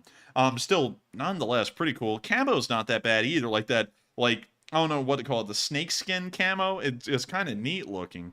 And also, it's really cool to know that the Australians have a pretty neat little military down there. Of course, it's not big. The population of Australia isn't massive, so the military, for that reason, is not as big as, say, the British military, but still, they have a pretty cool amount of stuff down there. And of course, a really cool country. Now, the platypus is just bizarre. Like, I don't really know what to make of platypus, because, like, I feel kind of sorry for it. I don't know, because like, they look really sweet. You know, like, folks are always holding these things, if you notice. And they seem kind of nice. But at the same time, they're just so weird. You know, like, I guess if you're from Australia and you grow up with these things, they look normal, and you just think that they're, like, a normal creature. But just such a bizarre thing as a mammal with a beak, like a bird. Yeah, it's a strange creature. It looks kind of, like, peaceful, though. But I don't know. That's a sweet one. Oh, that's a toy. I was about to be like, oh, that's a cute platypus. Damn. That's a toy. Why'd they do that to us? But look at that thing. Thing's just out here living life. Honestly, they're kind of cute, though. You know, like, this thing looks like it just got back from a 9 to 5. I've seen people saying they're poisonous, venomous. Really? Yeah, apparently so. Wait, hang on. We got a platypus. Venomous? Platypus venom. One of the few animals to produce venom. The venom is made in venom glands that connect to the hollow spurs on their hind legs. It is primarily made during the mating season. Well, they must have some very interesting... Anyways, while the venom effects are described as extremely painful, it's not lethal to humans. Okay, apparently... so it's really just like a wasp, I guess. You pick up one of those things. Ah, I've been stung by a platypus! Oh, man, dude. Imagine that little kid on that video. I've been stung by a platypus. I've been stung by a platypus. I'm dying. But anyways, I didn't even know that. I didn't even know they were venomous. That's wild. Of course, everything in Australia is out to kill you. That's the joke, and it looks like even that thing will give it a shot. But still, I didn't even know that. We're learning something new every day. And I got to thank you once again, Richard, for the support, and also sharing with us the information on the Australians' military and tanks. And also, I don't mean to ask of anything of y'all. And of course, we never ask anything much, but one thing that I've become a huge sucker for people to send us in P.O. boxes is unit patches and things like that. We've gotten some. We've actually gotten, of course, the unit patch from the 231st Battalion in Ukraine. We've gotten a 1st Division, the Big Red One, or the Bloody 1st Division's patch. And we've also gotten a Grenadier Guards cap badge. That actually came from UK Nexus, and we're not going to name off who sent the Big Red One, because I don't know if we name off their account, if their name can be traced back or anything. We want to make sure that they don't get in trouble or anything. But still, it's really cool of you folks to send that. And if y'all ever want to send a patch, we would be more than happy to receive the patches of the units that you all have been in and served in, because we always love to see them, and we always love to hear the stories of the folks that actually wore those patches, because it's just really cool to hear. But with that, you know, not trying to make any of our Australian viewers that are in the Australian military send us any of their patches or anything, but if you do, the P.O. box address is in the About section of this channel. Just saying. Anyways, with that, thank you so much once again for the support, Richard. I hope we addressed that fairly well. It's now time for us to get on into Troistchinets, which, funnily enough, way back in the day, was actually a big deal, because the Russians actually pushed all the way down to Okhtyrka right here, and then were stopped by the Ukrainian army. Troistchinets was the first town on the way to Okhtyrka where an actual battle occurred. And we saw that a soldier was awarded a medal in this town today by President Zelenskyy. I don't really know what the medal was for or what the soldier did, but it was very interesting to see that this award ceremony occurred in Troistinets, which was a larger battlefield in times gone by. We're now going to be moving on from that little bit of news and on into the Northeastern front, where we've seen a elevated amount of activity, yet very little frontline changes, of course, as usual. Moving back over the past 48 hours to the 26th of March, and then moving on up into the 28th, we can see that once again, the Russians have made almost no movements whatsoever, but neither have the Ukrainians. However, the Russians were able to take about 2 fields down here in the area of Torske, which is somewhat interesting, but once again, incredibly minor progress and not really showing anything major. However, the frontline videos are showing a little bit of a different story, where we saw some close fighting occurring in the area of Kuzmivka. So let me go to Twitter real quick, and here's the clip. Now, I don't know what kind of music that is, but we can see the Ukrainian soldier firing out of the building. The next one starts firing out of the building as well. You now see them firing in RPG outside. And then running back in. And that's the end of the clip, but once again giving a little bit of a look at the fighting occurring in Kuzmivka. We're now going to be moving on into our next clip further behind the lines, where you saw a Russian soldier surrendering at night. This was actually filmed on an infrared camera on a Ukrainian drone. Here's the clip. Of course, Chad music playing in the background.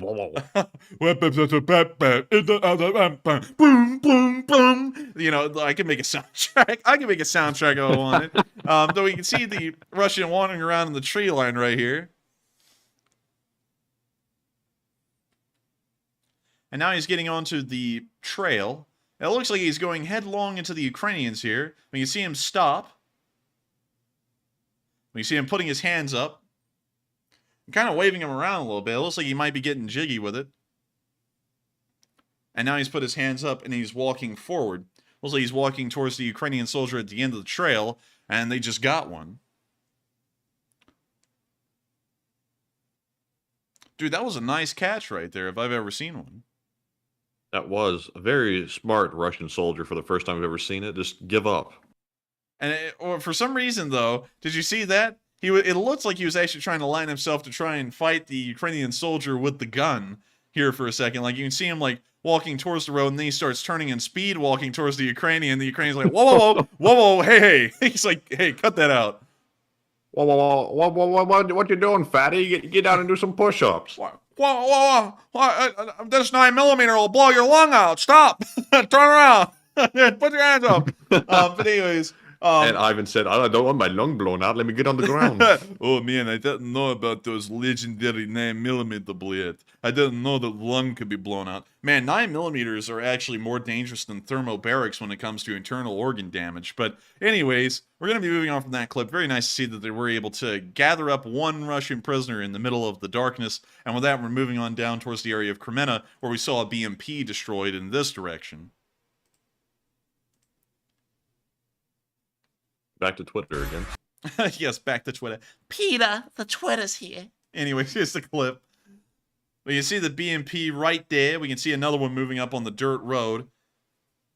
And we can see some Ukrainian fire coming in and a large puff of smoke come off of that BMP. It appears that the BMP has actually, crazily enough, caught on fire and has now exploded. It's like a haystack after it gets wet, just goes up in flames, and it's beautiful to see.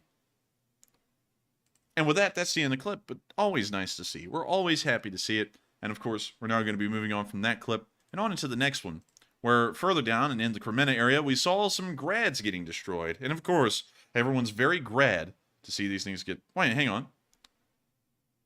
Let's see, Tor and the Grad. Okay, sorry. I apparently didn't put the Tor in. The Grad was destroyed, but it appears that they actually got a Tor 2 first.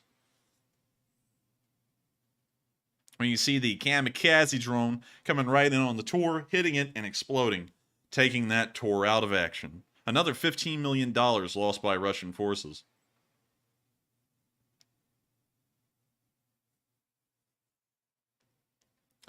And now it looks nice and good.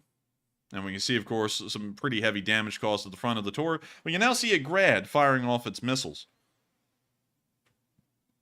The Ukrainians are about to come in and take this thing apart down to its basic pieces in one simple step. Right there. You saw it.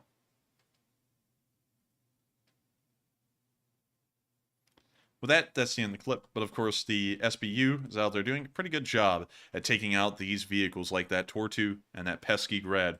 We're now going to be moving down the line and into the area of Bakhmut. Oddly enough, we didn't get a lot of video footage out of Bakhmut today. We got more yesterday than there was today. And also, the front lines are looking kind of interesting. I'll show y'all right here. Past 24 hours. As you can see, oddly enough, while the Russians have slowly moved forward in no man's land, the Ukrainians have actually taken a small building block right here. I'll show y'all. Right here, the Ukrainians moved forward. And so the Ukrainians, in terms of controlled land outside of no man's land, have actually reclaimed a very small amount of it, a block. The Russians have not been able to push the Ukrainians out of any other city blocks. Of course, the area in gray is no man's land, which is contested by both sides, not really controlled by either. And so while the Russians are moving forward in it, the Ukrainians have actually gained control of one extra city block in Bakhmut. Not that big of a deal, but once again showing that Russian momentum has practically come to a standstill. And oddly enough, it appears that the momentum has been completely bled from Russian forces, or the Ukrainians are putting in so many reinforcements to the area and committing so much effort and resources to it that there really is no effective way for the Russians to try and push them out of the city at this point. Regardless, they've been stopped dead in their tracks, which is wild to see, and maybe a telltale sign that even with the Russians putting all of their weight and effort onto one single front, the Ukrainians can actually counter that and stop them dead like they have in Bakhmut. We're going to be moving on to our first clip from yesterday, where we saw that the Ukrainians destroyed one of those open-air ammo depots. Open-air markets are always nice. Open-air ammo depots are not that nice. Here's the clip. We can hear some kind of music playing, and we muted it immediately. We can now see the small open-air ammo depot for mines getting hit, and now the ammo in the boxes going up, and it looks like all of them actually didn't explode. It looks like they just kind of burned. What kind of cheap explosives were in those things for them not to explode? They just burned like a charcoal briquette down there. We can now see them flying on down a ditch where we can see that little cache smoking, and we can now see some Russians, it seems. Let's try and get a closer look at them. They're moving on down the road. I can't really tell what's up with them, though. They're now dropping the bomblet on them. Poof. And oh my god, it's one of those stupid farm tiller things, man. They were riding the farm tiller. Oh my god. Look at this. Poof. Oh, bleed. The tiller's dead. Hey, Ivan, how'd you get your leg blown off? Well, it's a long story. We were riding this farm tiller. Wait a minute, what? And look, now it's a clown show. They're like, wait, I forgot something. Another bomb is supposed to be like, forget it, man, I'm leaving. Man, you know, those farm tillers are some rare and precious equipment for him at this point. And now you see the farm tiller's getting a mind of its own. You're gonna run him over in the trench. With that, that's the end of the clip. But very nice to see that the Ukrainians are able to pull a fast one on some Russians on a farm tiller. With that, we're now moving on into the next clip in the south of the city, where we saw the Russians firing at the Ukrainians from inside of their trench, and one of them actually got hit in the head. He hit his head. Here's the clip. See the Russians firing. We actually hear some return fire, so this is a legit firefight. We now see a Russian grabbing a machine gun, and right when he did, notice that quick head flick right there. Right here. He got shot in the head. Oh. Now watch his reflex, Matthew. This tells you that he will win the Darwin Award before the war is over. Let me take my helmet off. And let me just stand up and look at my helmet for a second after I got shot in the head. And look, yeah, he's sitting there touching his head. He's like, oh, my brain. It was never there, but at least the skull wasn't punctured. And then he puts the helmet back on his head. Oh, it's still hollow.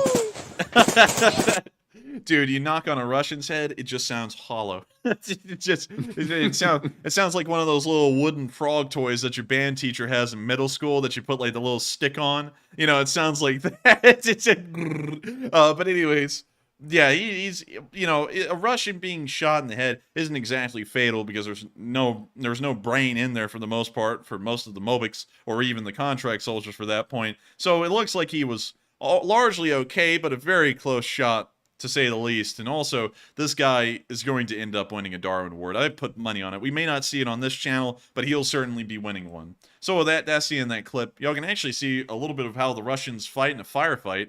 And with that, we're now going to be moving on to our next clip from inside of Bakhmut. Excuse me. Or we saw an update on Bakhmut. Bless you. Thank you. Thank you. So here we go. We're now going to be going into Bakhmut, and here's the clip from here. And this is quite a long video. We're going to have to condense it a little bit, but here's the intro. Greetings from the center of Bakhmut, where our 125th Territorial Brigade is holding defenses. Значить, ми з вами знаходимося Max, прямо Company Sergeant Major, we are на in the центральній central площі. square. Вон міська рада. Over there is the city Ось council. тут колись був Behind me is магазин what's left Azov. of the У нас Allo сьогодні тихий electronics. ранок.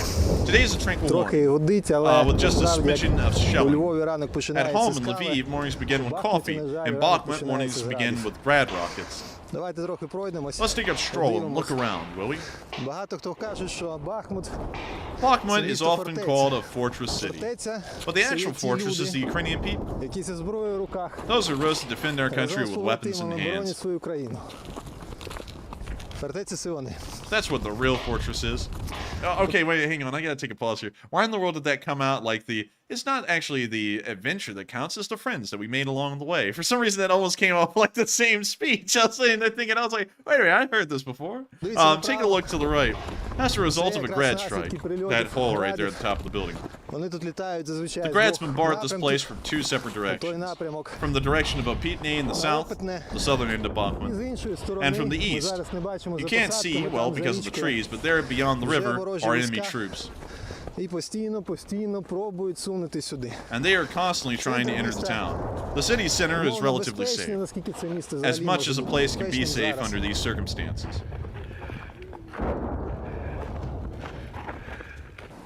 Тактика. Ти знаєш, тут Enemy такі tactics, вінігрет the воює. enemy is mixed, Бо є is a люди, lot ну, ті, mixed. що Some are навчені, ті, cadre що military, більше trained and бачать, що з experienced. досвідом. Вони воюють, They як operate by лише the book. книжечка тобі. Заходять з дозором, They conduct forward рухаються recon, they move двійками around або in twos and четвірками, fours, більш-менш.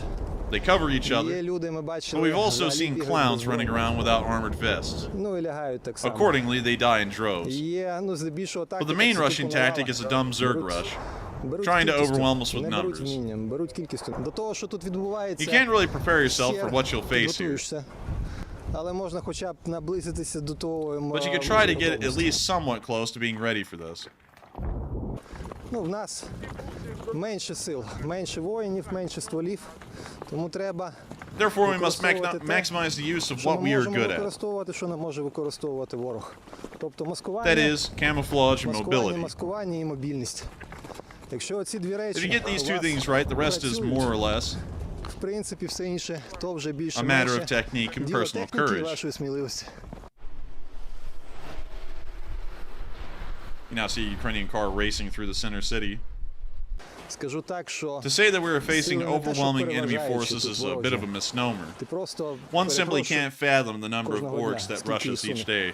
От, у нас медицина Luckily, працює, our це combat дозволяє medicine is багатьом, functioning у well, того, and що that allows поранення many of us там, with які even medium середні, combat з часом wounds to повертатися return back to сюди. the fight. Тобто поранені 300 We evacuate our wounded at once so the docs have a chance of saving З them. тієї сторони, On the enemy ми side, we подібну see реакцію evacuation бачили attempts. лише, коли воює спецназ, Only among the коли, spetsnaz and воює VDV. десантура.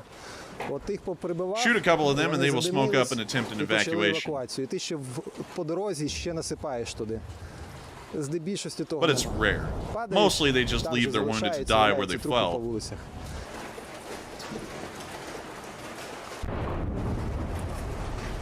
Ця вся ситуація, яку ви What спостерігаєте, you're може seeing бути right в now будь-якому could be місці happening in України. any other city in І Ukraine. ліпше вона вже буде тут, Better it тому що happens місто here in практично Bakhmut. The city is зруйноване. practically Якщо буде ruined. відбудовуватись, Rebuilding it would це be дуже an велика undertaking. робота. Ліпше So вона better вже if we тут. take the Хай stance зупиняється, here than хай let the буде orcs move просуватись further кудись west. на захід.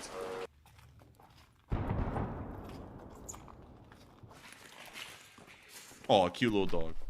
Давайте я буду звідси йти туди, на тут, так? Нормально буде? So far, so good. Shell lands nearby. В хатку, в хатку, в хатку. Poor dog. He says, "Get inside. That's a mortar."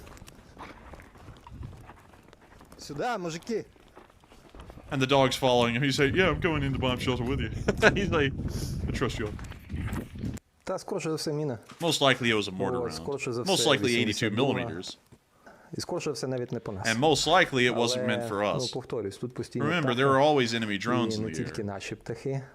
Тому якщо ти спалився, So if you get ліпше caught under перечекати fire, it's там best to sit it out for 15, about 20, 15 to 20 хвилин. minutes. Головні вороги Your main та enemy isn't піхотинці. the infantry and not even artillery. Your main enemy is fear, sloth, І третє, мабуть, це and дурість. personal stupidity. Загалом, якщо брати In саме general, you can always місто, find a safe place inside the city. то порятунок є або арки You got the walls that obstruct enemy що fire, захищають тебе з напрямку ворожого, або підвали. and you got basements. Basements are the best.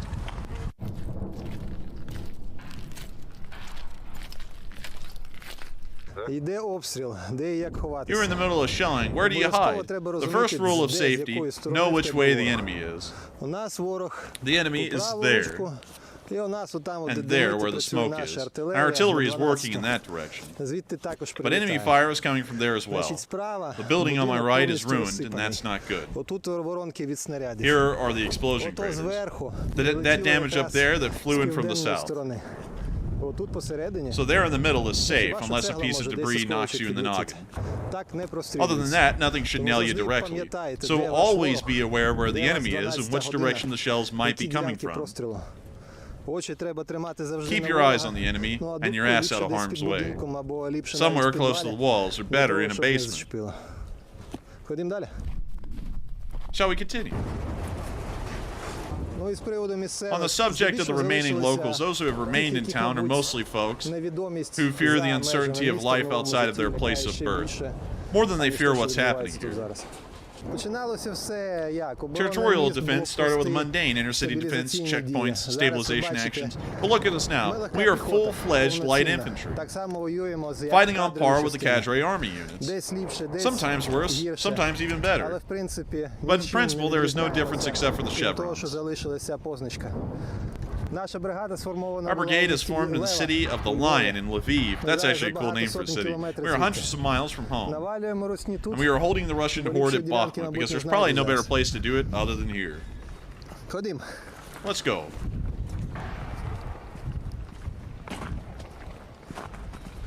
Ну і отакі діляночки. This is one of the spot Бачите, defensive воно і points обладнані, constructed from what we had at з того, hand. що є під рукою.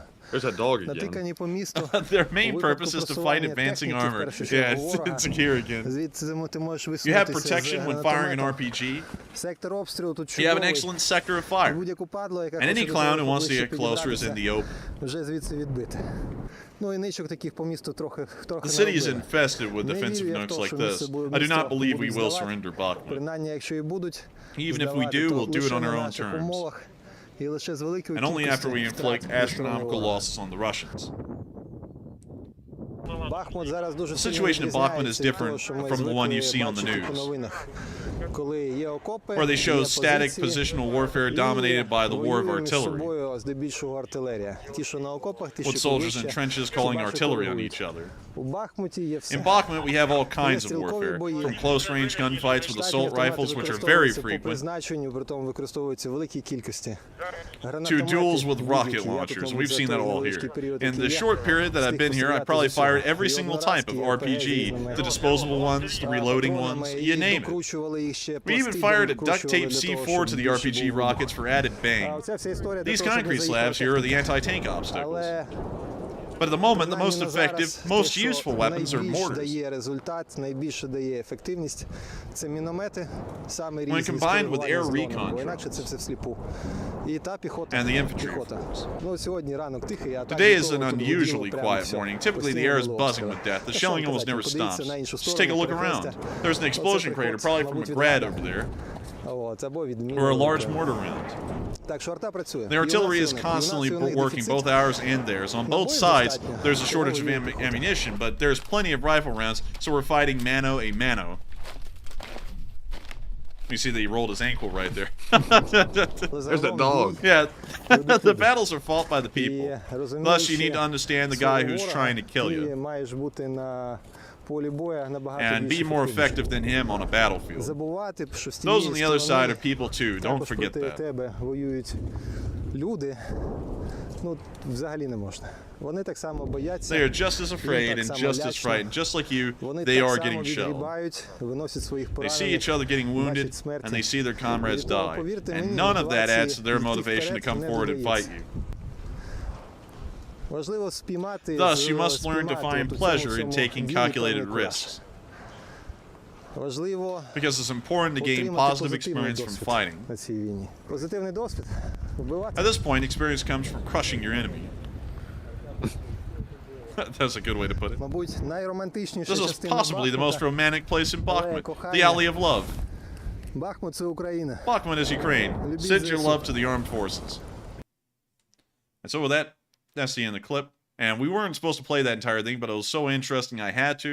And of course, a little bit of a look at what's going on in Bakhmut from a man fighting in the middle of that city. We're now going to be moving on from the dead center of the battlefield and more towards the road to Bakhmut, and watch what it looks like to travel down that road today at high speed. And high speed indeed. This guy is going probably about 80 to 90 miles an hour on this road. Maybe even 100.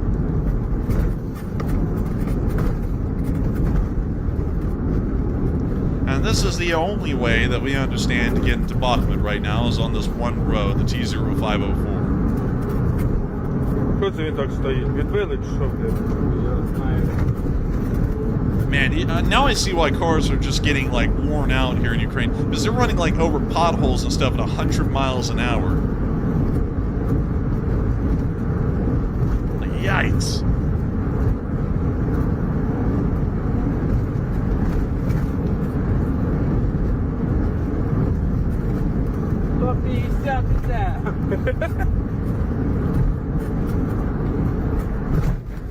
Dude, God forbid there's any kind of animal that goes running out on the road here. Oh man, that thing is getting turned into some canned dog food immediately. Dude, these guys are actually driving like a champ to be on like a pretty much a one-way road going 100 miles an hour with potholes everywhere. Man, one wrong bump and they're going to lose control. Oh yeah.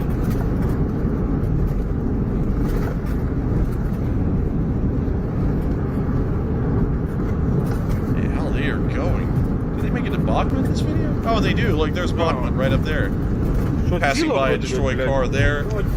Huh? Вроді.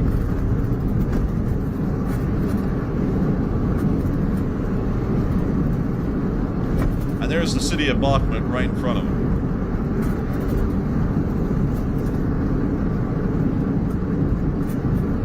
До Міцуха ми їхали, взагалі була... А? Міцуха цього, що стояла, ми їхали, вона посеред дороги стояла з дверми відкритими.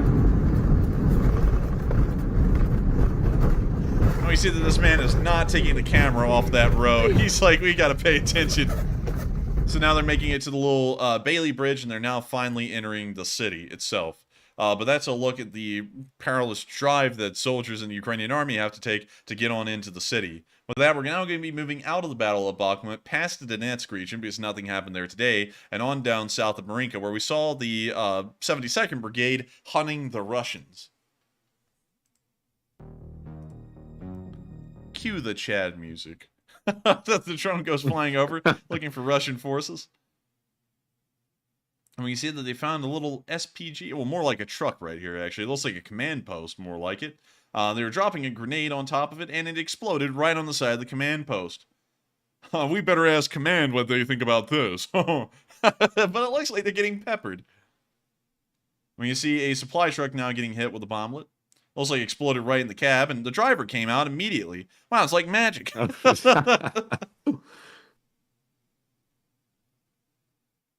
Wow, there's 3 of them in that cab. Wild. What the hell? They're getting out stumbling around. Well, I mean, you know, they might have had a little bit to drink. Maybe a little bit in the noggin of shrapnel.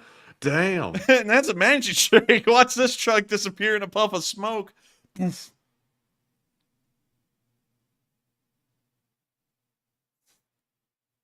Now that thing's on fire.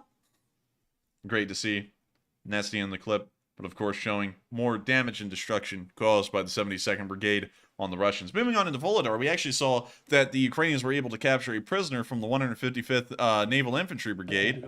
or as they call it here, the Marine Bonsai Brigade, and they asked him some questions. So here's the clip. Let's put it this way. You knew there was war here, right? You all knew. So you realized that mobilization, so you're going to the war, you're adult lads, you understood. What did they tell you? What goal? To liberate the Donbass. From who? Well, from the Ukrainians. Ukraine from Ukrainians, yes? They said there are Russian speakers and Ukrainians. That is, those who speak Ukrainian. So what? When we arrived, they call you Germans for some reason. I don't get why. Liberate from whom? I don't get it. Say it in German. I don't know one word in German. So liberate from whom? From cities? From buildings? Let's be honest, you only leave ruins after yourself. Have you heard what you're leaving? Have you seen Vuhledar and what you did to it? Don't give an F. Direct fire at buildings. I'll reveal a huge secret to you. There is people still living there, and you're attacking them. I won't be even asking you if you will go to the war after the exchange. I know you will. They're forcing you here like sheep. And you only say, it's Putin. It's Putin, right? No, it's not Putin. It's you. It's not Putin killing and pulling the trigger. You are. It's not Putin effing up houses. There's no question. You're solid guys. We have respect for you as enemy fighters. But not as people, not anymore. This land will be unsuitable for effing anything for tens of years. Because of you who came here. Perhaps you think I'm kind. Not at all. And that's the end of the clip. But that's a little conversation in between the 155th Naval Infantry Brigade and the Ukrainians who captured them. We're now going to be moving out of the Vuhledar area and further down the line near Stary Mayorsk, where you saw a Ukrainian tank firing on Russian positions. Заебало ты идишь. We just see a guy hanging out. You know, he's just filming the Ukrainian tanks in the distance, firing at Russian forces. Да. And there they are right there, just chilling in the field. We see one fire, second one fire. We now see them backing up through the field.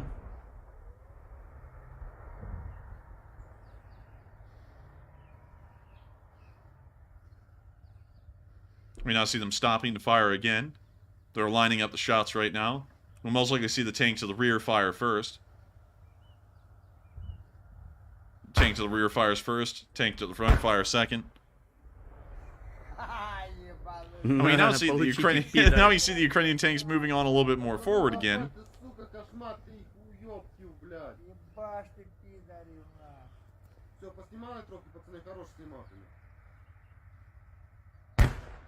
You now see the tanks firing again. And that's the end of the clip. But once again, an interesting look at the Ukrainian tanks firing on the Russians in the southern front.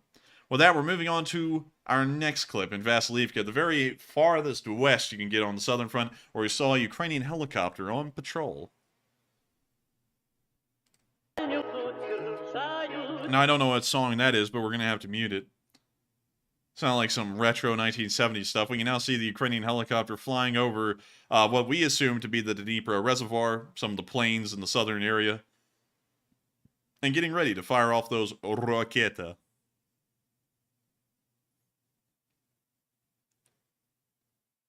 You can see a camera has been mounted on the, I don't know what the hell that thing is, the front spike. I don't know what the actual term for it is, but there was a Ukrainian Mi-24 in flight. Really cool to see. And with that, we have actually covered all of the news, top to bottom, north to south, east to west, inside of Ukraine and outside of Ukraine today. And so with that, without further ado, here's the speech from President Volodymyr Zelenskyy on day 398 of the war. Hopefully they didn't rearrange the web. Yep, there we go. All right, and so here's the speech. And let me make sure everything's set up correctly. Бажаю здоров'я, шановні українці. Повернувся із нашої Сумщини. Сьогодні був в Охтирці, в Тростянці, в Сумах, на позиціях наших прикордонників. Враження особливі, регіон поруч із ворогом, загроза постійна. Обстріли нашого прикордоння постійні, але життя. Наші люди, очевидно, сильніше будь-яких страхів. Відновлення триває, бізнес поступово повертається, люди відбудовують життя. Мав честь передати Охтирці спеціальну відзнаку міста-героя, міста, яке своїм опором допомогло врятувати Східну і Центральну Україну, привітав Тростянець із річницею звільнення від окупантів, провів нараду із представниками місцевої влади і Сумщини, і Чернігівщини. Є питання, які потребують вирішення, будуть вирішені. Провів нараду з командувачами, які відповідають безпосередньо за захист Сумщини і Чернігівщини. Особлива розмова із головою прикордонної служби про захист Сумщини та інших наших областей, про посилення прикордонників, які разом з усіма силами оборони воюють на передовій. До речі, хочу сьогодні відзначити наших воїнів Луганського, Краматорського і Донецького прикордонних загонів, які результативно нищать ворога на Бахмутському, на Лиманському, на Авдіївському напрямках. Дякую вам, хлопці, дякую окремо мінометним розрахункам і аеророзвідці наших прикордонних підрозділів на Донецьких напрямках. Молодці, молодці воїни. Звичайно, дякую Сумському прикордонному загону. Саме їх сьогодні відвідав, мав честь поспілкуватись, підтримати міцні позиції по всьому кордону із державою-терористом. Це наслідок міцності конкретних наших людей, які готові будь-якої миті захищати кордон. Сьогодні є рішення Франції, парламенту Франції, який визнав Голодомор геноцидом українського народу. Я дякую за цей принциповий і справедливий крок, за поширення історичної правди на ще одну європейську державу. І ще одне. Я хочу сьогодні подякувати кожному і кожній, хто за покликом свого серця в різних країнах, на різних майданчиках, різними словами, але однаково чесно і сильно нагадує світу, що російська агресія може закінчитись значно швидше, ніж про це іноді говорять. Швидше, якщо світ буде швидшим, якщо світ буде рішучішим. Зруйновані українські міста і села вздовж кордону держави-терориста, постійний шантаж Росії і погрози знищити життя ще й в інших країнах, постійна відмова від повернення справжнього миру та знущання із базових міжнародних норм. Все це достатні причини, щоб тиснути і боротись, щоб не шукати компромісів і дбати про цінності світу реально. Реально. Щодня здобуваючи результат для свободи, щодня здобуваючи результат для миру, щодня примушуючи Росію до втрат. Я дякую усім, хто допомагає Україні. Слава усім, хто зараз в бою проти терору. Слава Україні! Well, that is the end of the speech from President Volodymyr Zelenskyy, and that wraps up day 398 of the news of the war in Ukraine. I thank you all so much once again for watching this news segment tonight. If y'all did enjoy, make sure to subscribe, as this stream runs 6 days a week at 10 p.m. Eastern Time every single night except for Monday, covering the past 24 hours of the news of the war in Ukraine. You will never miss a single hour or a single minute of what's going on in the war if you subscribe to this channel. Of course, we're going to be moving on into the question segment for the rest of the night. We'll be addressing Super Chats first, polls before everything, then Super Chats, and then live chats. Once again, I do want to make it clear that if you are new to this channel, you do not have to send in a Super Chat to have your question answered. You can @ Enforcer Matt, and he'll be able to gather up your question in the live chat, and once we get through with all the Super Chats and thanking them for helping to keep the channel running, and if they have a question answering it, we then get on into the live chats and we try and answer as many as possible. Super Chats are only to support the channel, but if you have a question attached, we are more than happy to go over it and answer it. So with that, we are now moving on into the polls, and with that, what do we got, Matthew? All right, and for our final question segment of the night, we have about 5 polls to address, and the very first one that I put up said, the Pentagon believes that Ukraine has a quote-unquote good chance of a successful counteroffensive, and what say you? 69%. Nice. Said, I think they have a great chance. 6% said unsure. 23% said, I think they have a good chance, and 2% said, I think they have a low chance. And I have to say, I think the Pentagon is being a little bit conservative here. I think the Ukrainians have a great chance of using that counteroffensive to swing the war back in their favor very strongly. We've seen them fighting heavy in Bakhmut and Avdiivka, and right now it's kind of a stalemate in my opinion, but I think with the counteroffensive, it will shortly change. And now that all those tanks and equipment are showing up, that is what Zelensky's been wanting and waiting for to get that thing underway. So, Enforcer, what say you? I would have to say that wasn't it the Pentagon who was like a week or two ago saying that they wouldn't be able to conduct an offensive? Yeah, they were saying, I think it was the time frame. They have to do it really quickly or it'll never happen. Oh, man. Well, you know, if anything, we always know that we can trust General Milley to give it to us straight. That's, you know, It was actually a different guy this time. I think it was the Department of Defense, the Defense Secretary, I think. Oh, okay. So, the guy who's a little bit more founded in reality than Milley, who just comes out every week and says something different. But, you know, anyways, I would say that that's pretty realistic. I think that they will be able to conduct a very successful counteroffensive here in the future. I don't think it'll be now, like it won't be tomorrow, but it may be a week or two from now. I think they'll probably definitely be able to pull one off, and they'll be wildly successful. If anything, we've seen that Ukrainian counteroffensives before have been successful. Almost all of them have been. We haven't seen a Ukrainian counteroffensive begin in a large scale that has not failed to be successful. So I have a feeling that we should not belay or, you know, lower our expectations for this upcoming offensive. It probably will be a very devastating one for the Russian war effort and probably very successful on the Ukrainian end. So with that, I hope that addresses that poll fairly well. And with that, we are on to the next one. All right, and the next poll says the U.S. Air Force says that Black Sea drone flight paths have been limited and intel gathering is now limited. And what are your thoughts? It looks like 61% said not good. This is weak action by the USA. 16% said unsure. 18% said we could have been stronger. And 5% said good. We don't need World War III. And we have known for quite some time now that the U.S. is thinking about reassessing these drone routes. And it appears that I believe it was at a congressional hearing today or yesterday, one of the folks said that they are moving those drone flights much more further south of Crimea than they were flying them before. So even though it's international waters, we're bowing to Russia's fear tactics, and we're basically scurrying away from Crimea, which is not good in my opinion. I'm going to say this is pretty weak action. I don't think we should have changed that at all. And some U.S. officials have already said that our intelligence gathering operations are being greatly hindered by this. So apparently they did need those drone flights and couldn't just rely on satellite footage to get the intel they needed. But Enforcer, what say you?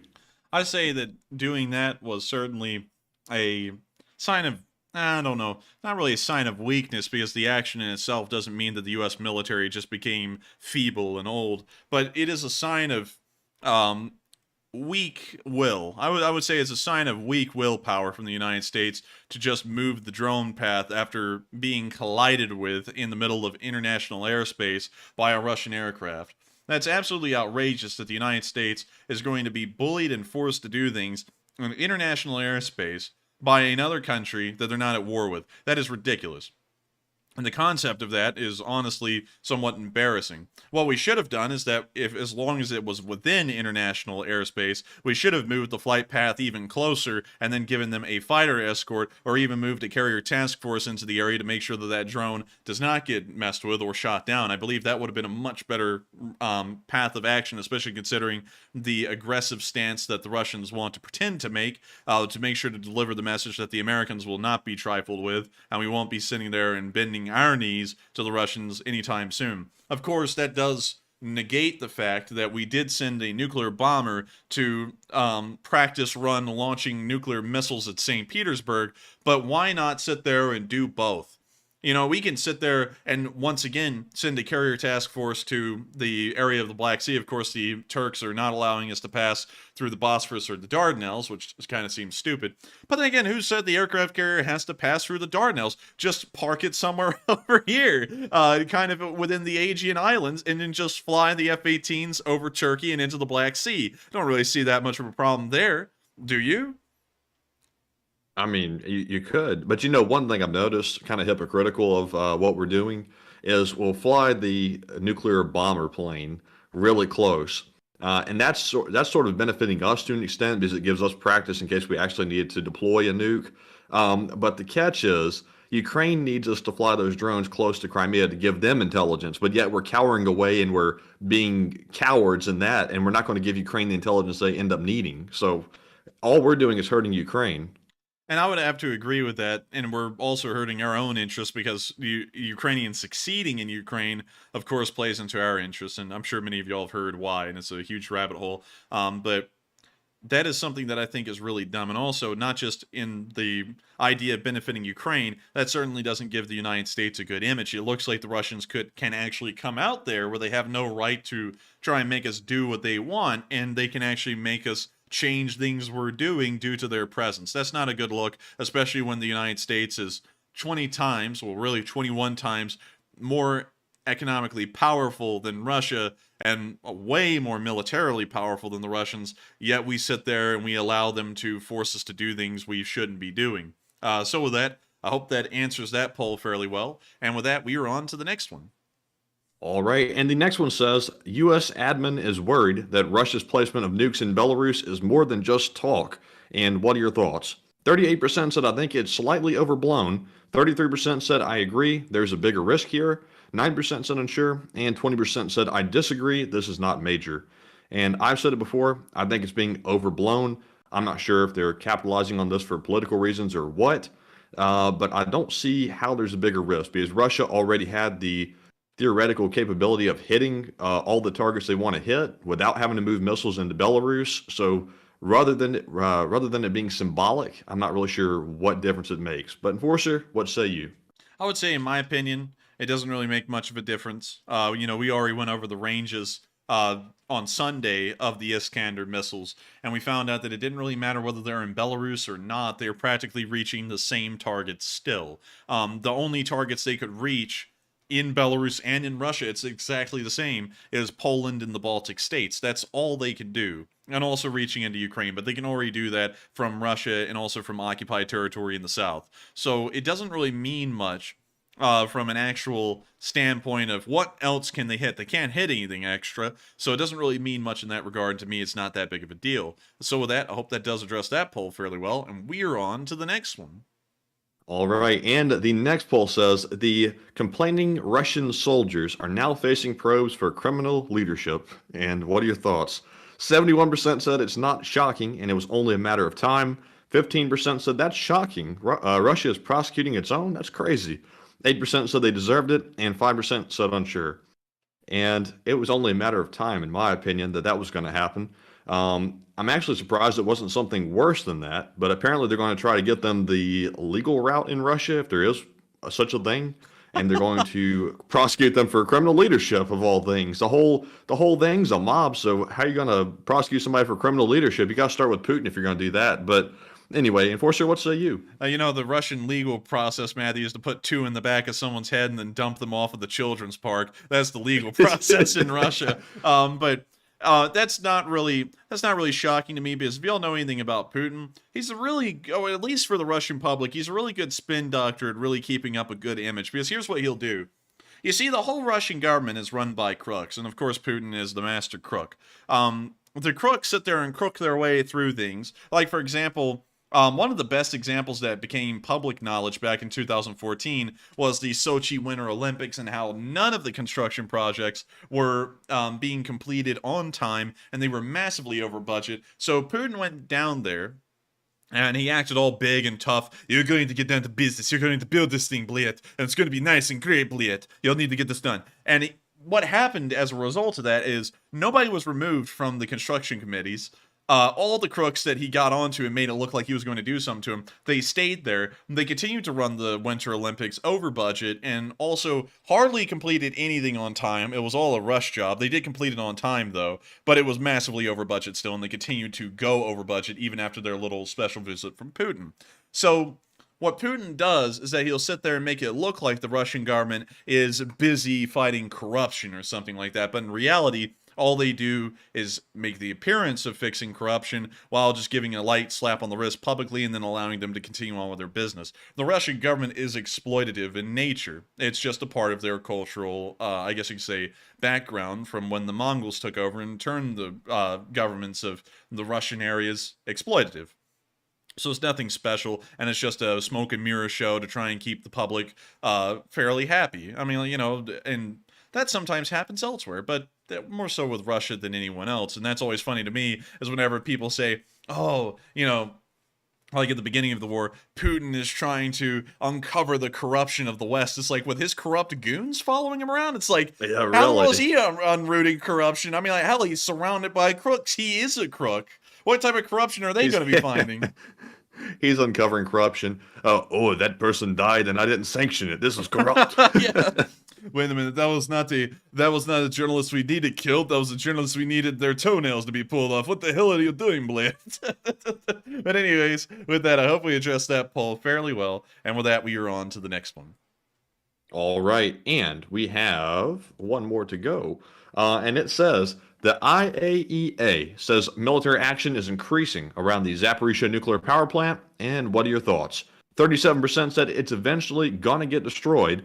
23% said unsure. 23% also said it will likely remain fine. And 17% said it will never be hit. It is too risky.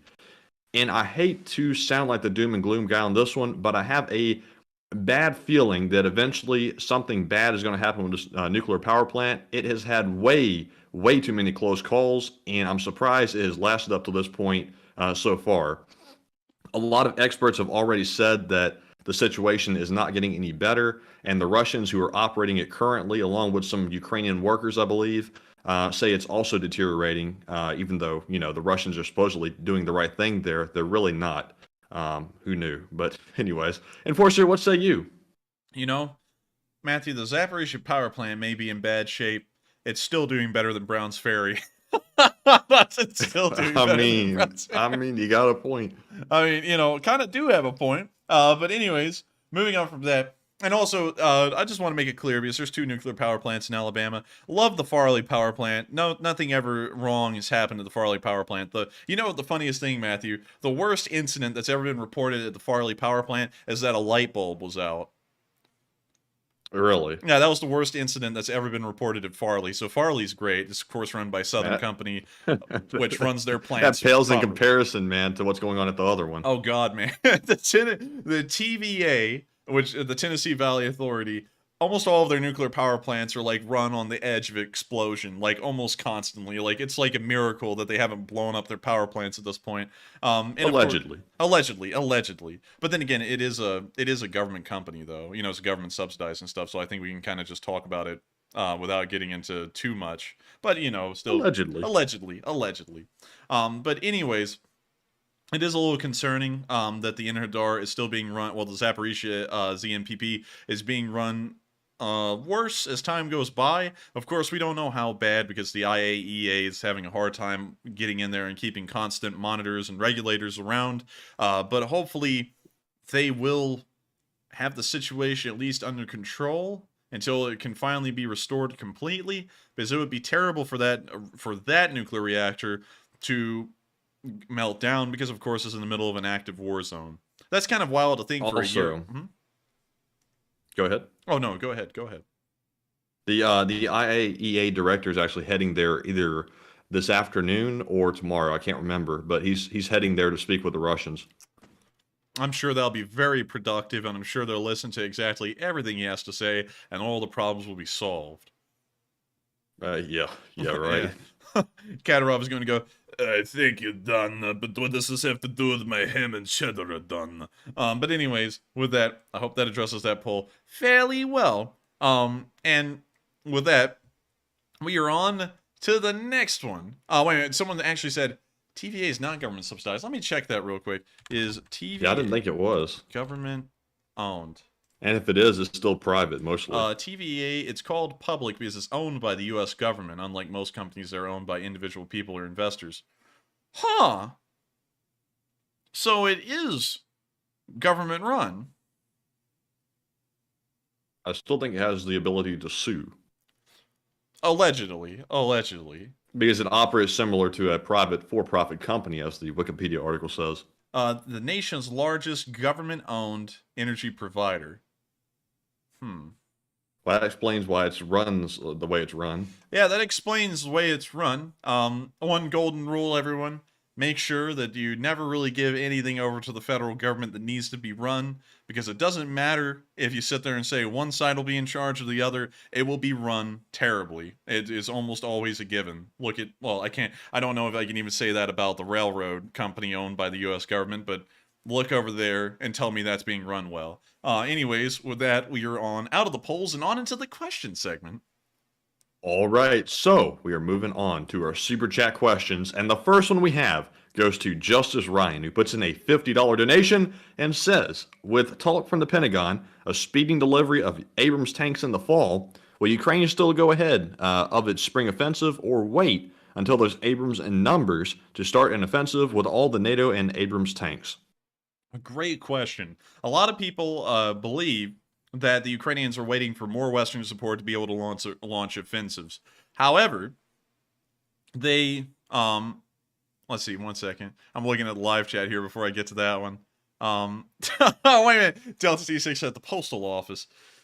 I'm not gonna trash on the postal office too bad though. They need to mow though. Like, they never mow the lawn around any of their compounds. Like, the grass just grows wild. And everyone's listing off every organization that's run by the federal government, pretty much. It's like, yeah, I mean, it's not wrong. But anyways, moving on from that and answering the question. Many people think that the Ukrainians are waiting for Western tanks to arrive. The truth is that these Western tanks will not arrive in time for the offensive window that we're looking at in early spring. So they're most likely going to have to conduct massive offensives without large amounts of Western tanks and offensive vehicles. They'll probably have to conduct the offensives with the vehicles they have at hand. That's not to say it's going to go poorly because of that. They once again did succeed at the Hypersonic counteroffensive and the Balaklia counteroffensive with nothing but Soviet-era vehicles, and they did incredibly well. So it is safe to assume that they will be able to conduct their own counteroffensives again without a massive amount of Western vehicles and still do well. But the offensive vehicles from the West, like the tanks, will ensure that they go off without even any small hitches, and they will go off successfully well. So in my opinion, they will be able to conduct one here soon. Probably not with Western tanks, and they're probably not waiting for them because they would come after this springtime attack window. So with that, I hope that does address that question fairly well, and I thank you so much once again for the support and helping this channel to keep on running. And with that, we are on to the next one. All right, and up next, we have a $30 super chat from Jesus UCSB, who says, Hola, I just got out of Twitter detention for bonking bots. Man, they put you in detention, Jesus. Man, what happened? He says, but I'm free now, LOL. Hang on, man. I thought Twitter was supposed to be a free-for-all zone now. Anything goes. What in the world are they talking about timeout zones? Yeah, that's kind of strange. And also, I heard that Twitter's going to start only recommending verified pages now, so that's kind of interesting. But anyways, Jesus says he's free now, so no worries, LOL. Tonight's tanker tip. Google Hohenfels Germany training area. You're welcome. NAFO, Mexican, Zelenskyy loves all of you, and LSA Army. And how do you spell Hohenfels? It's Henfels. All right. So it looks like we did find it. Wait a minute, is this near Vilsek? I swear it's not that far from Vilsek, is it? I mean, it is a small country. It's not that small. Hey, it's average size. But anyways, let's look at Hohenfels here. Oh, nice little town. They got a nice little church. They've got, I forgot what these things are called. If someone can tell me in the live chat, I would love to know. They've got a hole in the side of a mountain, Matthew, with a tunnel in it. Ooh, spooky. Oh, the rolling hills. The Wonder Waffle. The rolling hills of Germany. You know, the History Channel. Could it be that UFOs are inside of this tunnel? And then they go to someone in the town and they go, "Oh yeah, my great grandfather, he dug the tunnel so it gets us the cheese on the other side." And then they'll sit there and go, "It's never known why the tunnel was dug." After they got a clear answer in the first 5 minutes, and then they just waffle. Could it be this is where the Glock was in the tunnel? And then some guy pops out talking about new Glock 19. It's a wonderful pistol. Is that why the U.S. military is constantly outside of the tunnel to make sure that nobody can get inside? Conspiracy. They're out in force. But anyways, really cool place, actually. Oh my God. Dude, what a truck. Nice truck. Dude, look at that toy.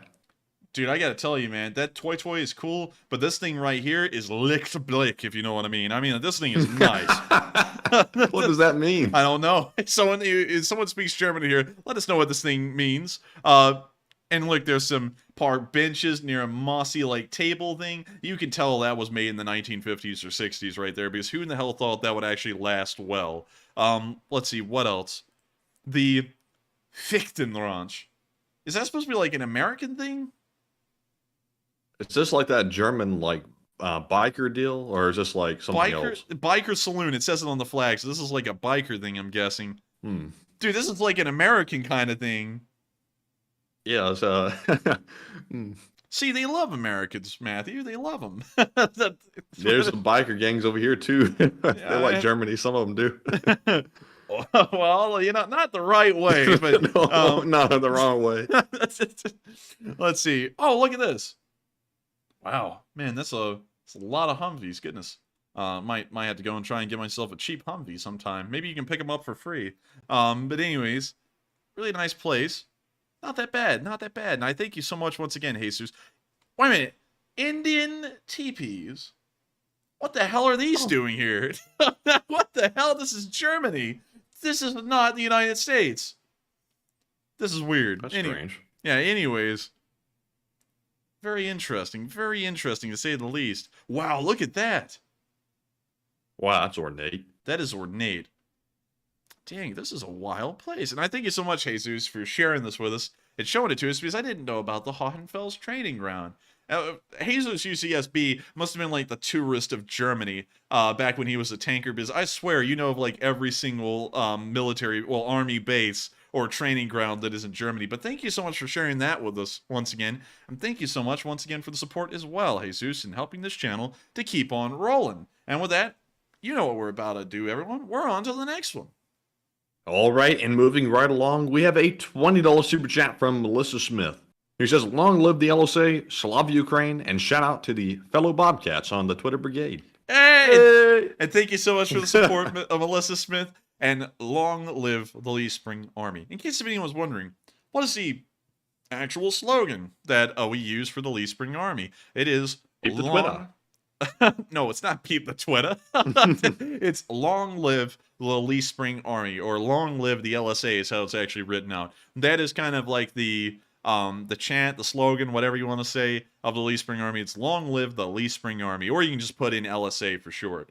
Still, thank you so much, Melissa, for the support. Also being one of those folks out there on the Kyiv Independence page, repping the Bobcats. That's incredibly cool, and I got to thank every single one of y'all who does that, because it's crazy cool to know that the Lee Spring Army has such a culture that we can go beyond just the realm of this channel out to everywhere else and end up on all of these places like Twitter, and have people actually posting on the Kyiv Independent little Bobcat skid steers. That's just incredibly cool. And of course, thank you so much once again for the support. And also being an old guard, because you've been around forever, Melissa. I think it's like, golly, you've been around at least before day 30. I know that. And I've got to thank you so much once again for being here with us, sticking it through with us throughout the entirety of the war. And of course, I got to thank everyone else who does that too. And so with that, we are moving on into the next one, but thank you.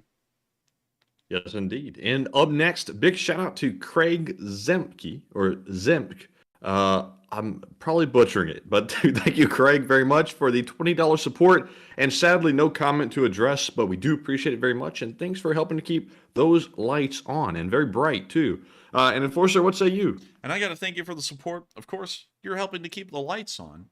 And the lights are burning bright. A little too bright, actually. With the headache combined, I'm kind of having to close my eyes right now, but I got to thank you so much for the support. You're helping those lights to keep on, and hopefully you'll be helping me to get some Advil after this stream, so that way I can try and stop this headache, because it's been going on for like 8 hours straight at this point. But still, thank you so much once again for the support. You didn't leave a comment, but the support helps us to keep this thing rolling. And with that, we are on to the next one. All right, and the next one goes to B Bake, who puts in a $20 donation and says, long time lurker, but first time contributing directly to you guys, and I've been around since day 9. What kind of EA aircraft are the Ukrainians running? I wonder if they will employ small versions of Gulf War style strike packages. And I thank you so much for the support. It's always cool to hear of someone who's lurking. You're kind of stalking even. Maybe even, yeah, stalking, I guess. Where are you going with this? I was trying to sit there and figure out some crazier things to say, but I think stalking is the most extreme one I could think of. But I thank you so much for lurking since day 9. You are an old guard for that reason. You've now joined the ranks of the old guard.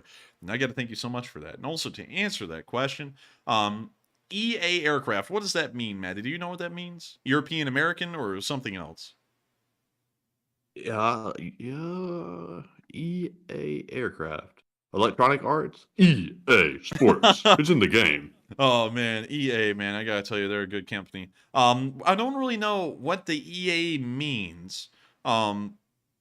So can we get an answer for what the EA stands for? Because it's slipping my mind right now, or I may not really know what that abbreviation is. EA aircraft. Electronic attack, that's what it means. Okay, so Electronic warfare aircraft.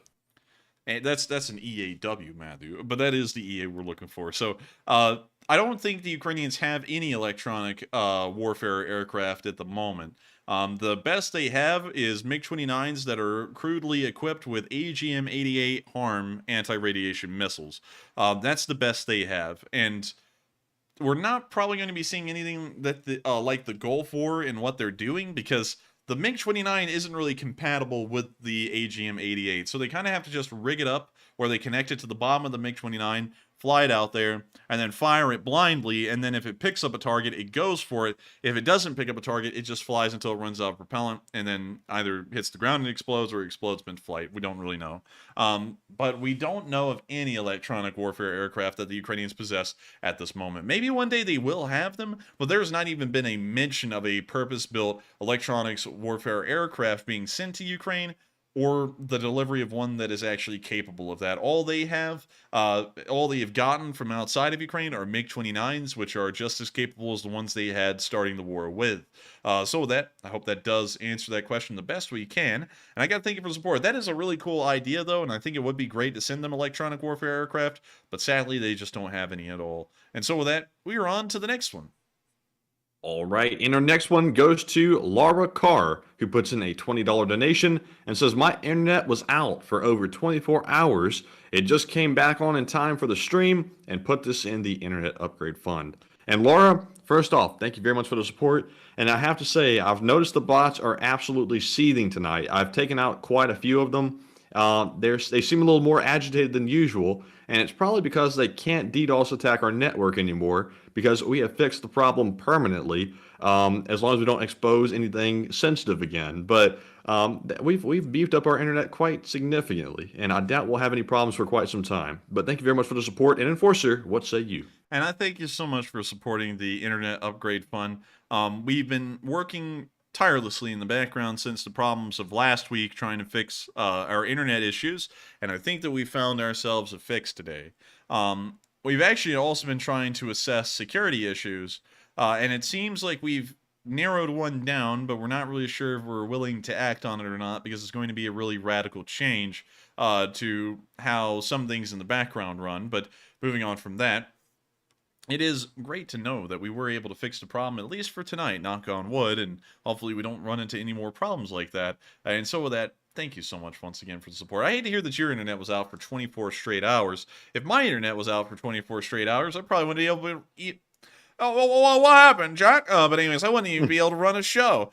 So with that, thank you so much once again for the support. I hope that does address that fairly well. From what we understand, we were getting DDoSed. One night it was the weather, however. The weather did take it out one night, but every other night that things were happening, we were getting DDoSed because the internet connection was fine. There was no outages in our area. Our router was working. Our computers were receiving internet fine, so something was being throttled, and we don't really know exactly who was doing it. We're kind of getting a little close to figuring that out, but we never really got down to the who was doing it, because if we had found out who it was, we would have probably been trying to go for him. But we never really figured it out. So sadly, we can't really tell y'all who it was. And Truster1, he said, what does Sam Elliott say, though? Man, I've got to tell you, have you ever wanted to find yourself the right kind of internet protection? Then you ought to get yourself on down to Firewall. Make sure to get yourself 20 guys with 20 M16 assault rifles and just fire into the distance. Yes, that doesn't do anything for your cyberspace, but it certainly does give you a giant wall of fire, like a firewall on a computer. And so make sure to get yourself the all-new 20-man firewall today. It's like a firewall, but real. And so I hope that answers what Sam Elliott said about it. And I would do a Rodney, but I keep on noticing every time I ever do a Rodney, comment sections after that video goes live, someone's saying, please no more Rodney, I beg of you. it's like someone's getting tortured by it. So with that, thank you so much once again for support. I hope we addressed that comment fairly well. And with that, we are on to the next one. And I will say, because it's been a little bit of a learning experience for me also, I already knew a little bit, but not enough to fix the problem very quickly. Make sure y'all always be careful what links y'all click on, even if they look like trusted sources, because they could be an IP puller, and that's how people get your information to be able to DDoS your network. So we have taken measures to ensure that doesn't happen again, but just a word of caution to everyone else. I'm sure there's some IT people are going to be like, yeah, I've been saying that the whole time. But, we got to live and learn. So I saw something, Matthew, that actually kind of scared me there. I thought I looked like an idiot. Someone said, the M16 isn't an assault rifle, and according to DARPA.mil, the M16 assault rifle is the standard issue shoulder weapon in the U.S. military. I'm going to take DARPA's word on it. I can't put my finger on it, but I feel like they're a credible source for that information. So yeah, I think it's an assault rifle. So with that, I hope that does address that fairly well, and we are on to the next one. All right, and up next we have an $18 super chat from Ben, who says, by adding the word institute, I've been able to find many YouTube videos from experts and institutes discussing different topics about the war.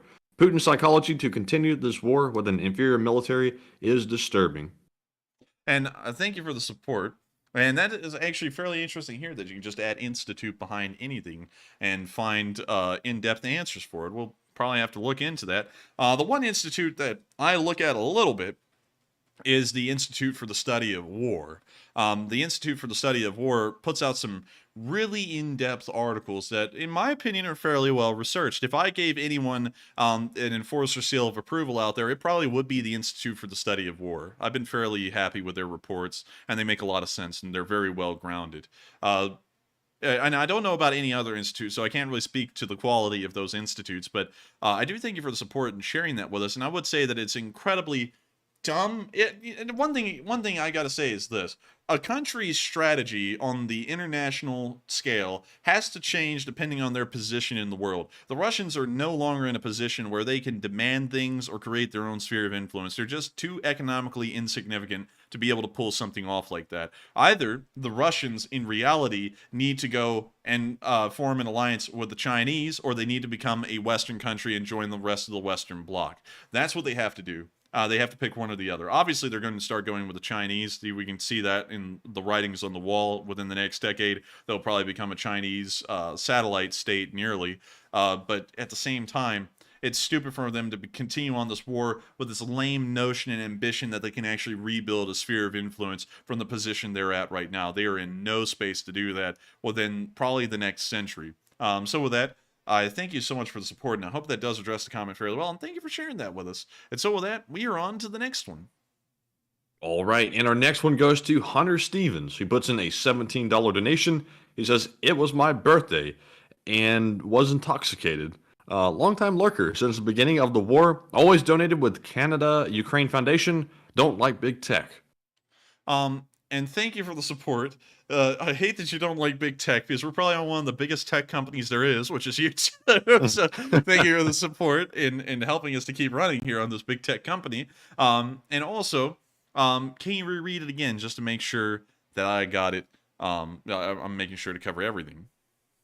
He says, it was my birthday and was intoxicated. Longtime lurker since the beginning of the war and always donated with Canada-Ukraine Foundation, don't like big tech. And Okay, so I had to make sure, and I thank you so much for the support. They were sauced when? Apparently on their birthday. Well, I mean, like, if you're sauced on your birthday, that's a pretty good excuse. But still, thank you so much for the support. I hope we addressed that fairly well. And with that, we're about to be moving on to the next one. But I see, Matthew, that there's now a battle going on in the live chat about the whole assault rifle thing. So let me clear up some things real quick. An AR-15, it does not stand for assault rifle. It stands for Armalite, which was the original company that designed the AR-style rifles. The M16, and let me type it in again, M16 assault rifle. We'll type that in, and we can see right here that according to Wikipedia, and we'll move on down to a more definitive source, it says it's magazine-fed assault rifle with a rotating bolt. Moving on down to Encyclopedia Britannica, it's also called an assault rifle, developed as the AR-15, but that does not stand for assault rifle, that stands for Armalite.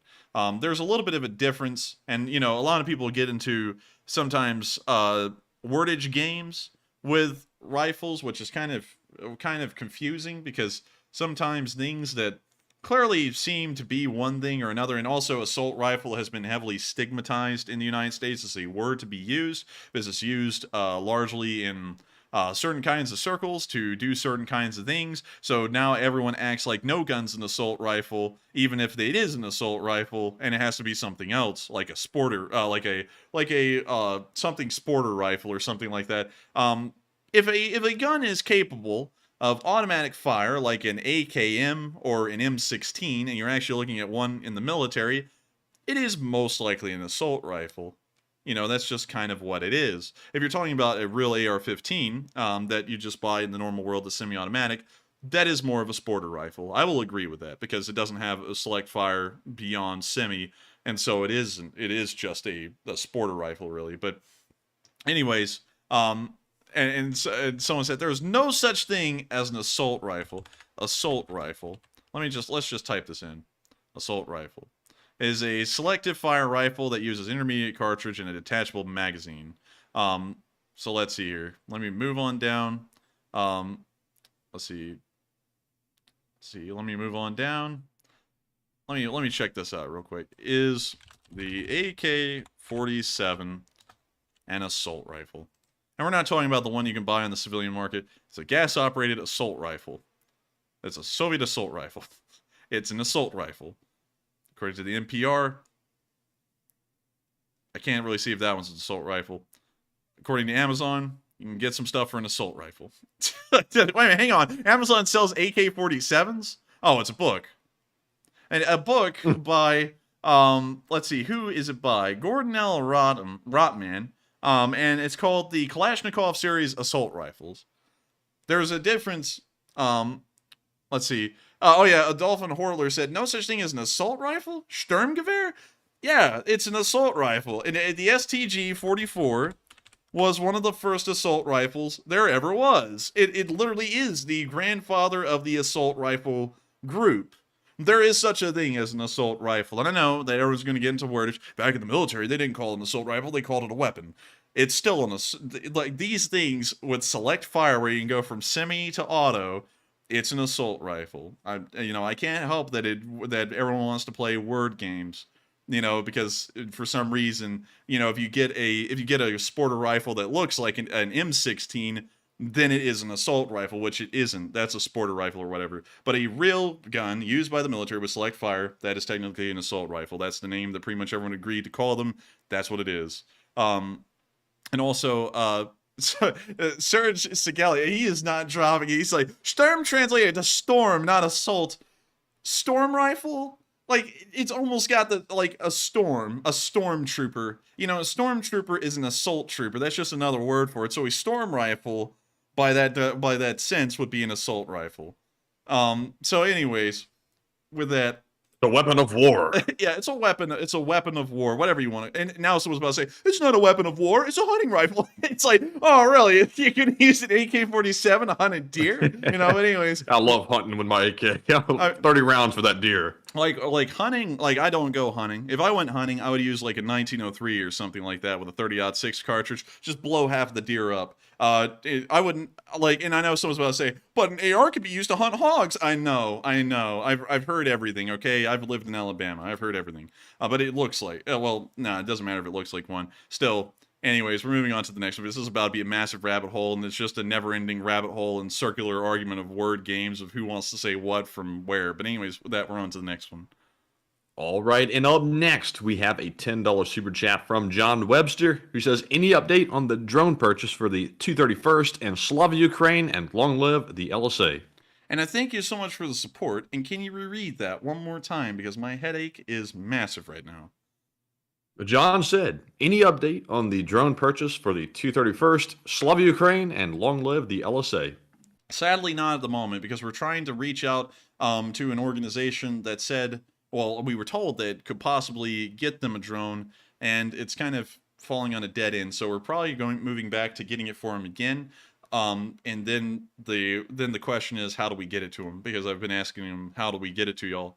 And I haven't really gotten a clear address right now of where to send one.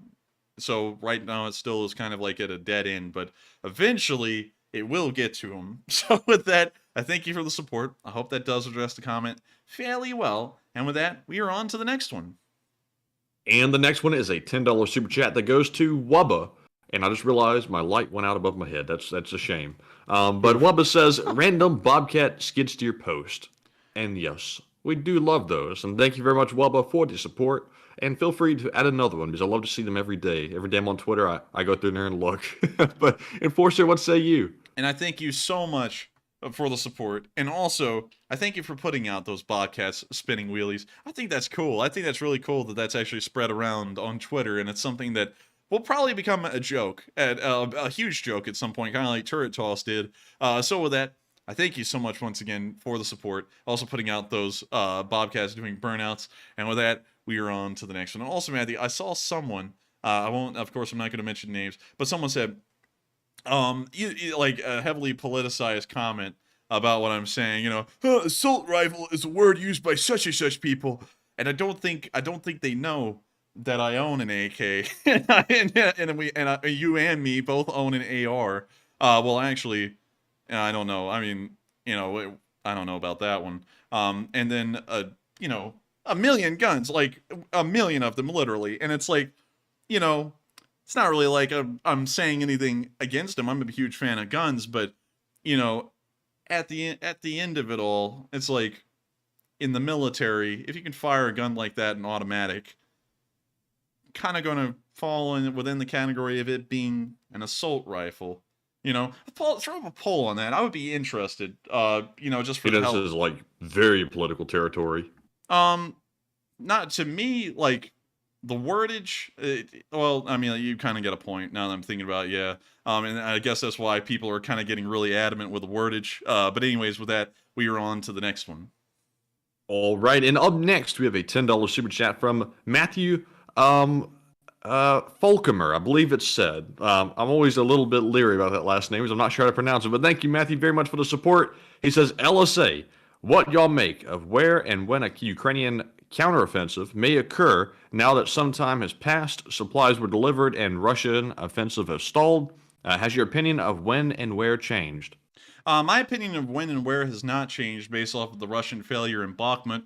I feel like I will say this, I'm not going to say where they'll attack, but I will say that Bakhmut is most likely going to be the most unlikely source for a Ukrainian offensive, considering that the Russians have large amounts of forces there. That would pretty much be running headlong into very tough resistance, even though they get bulldozed every day by the Ukrainian army whenever they conduct an assault. Assaulting some force that size would be very difficult and probably incur high casualties. So they'll probably avoid doing something like that and going for a more strategic area that's less manned than the Bakhmut front. I will say that, but my opinions have not changed whatsoever based off of the situation that we see at hand with the Russians and the Ukrainians and what's been going on.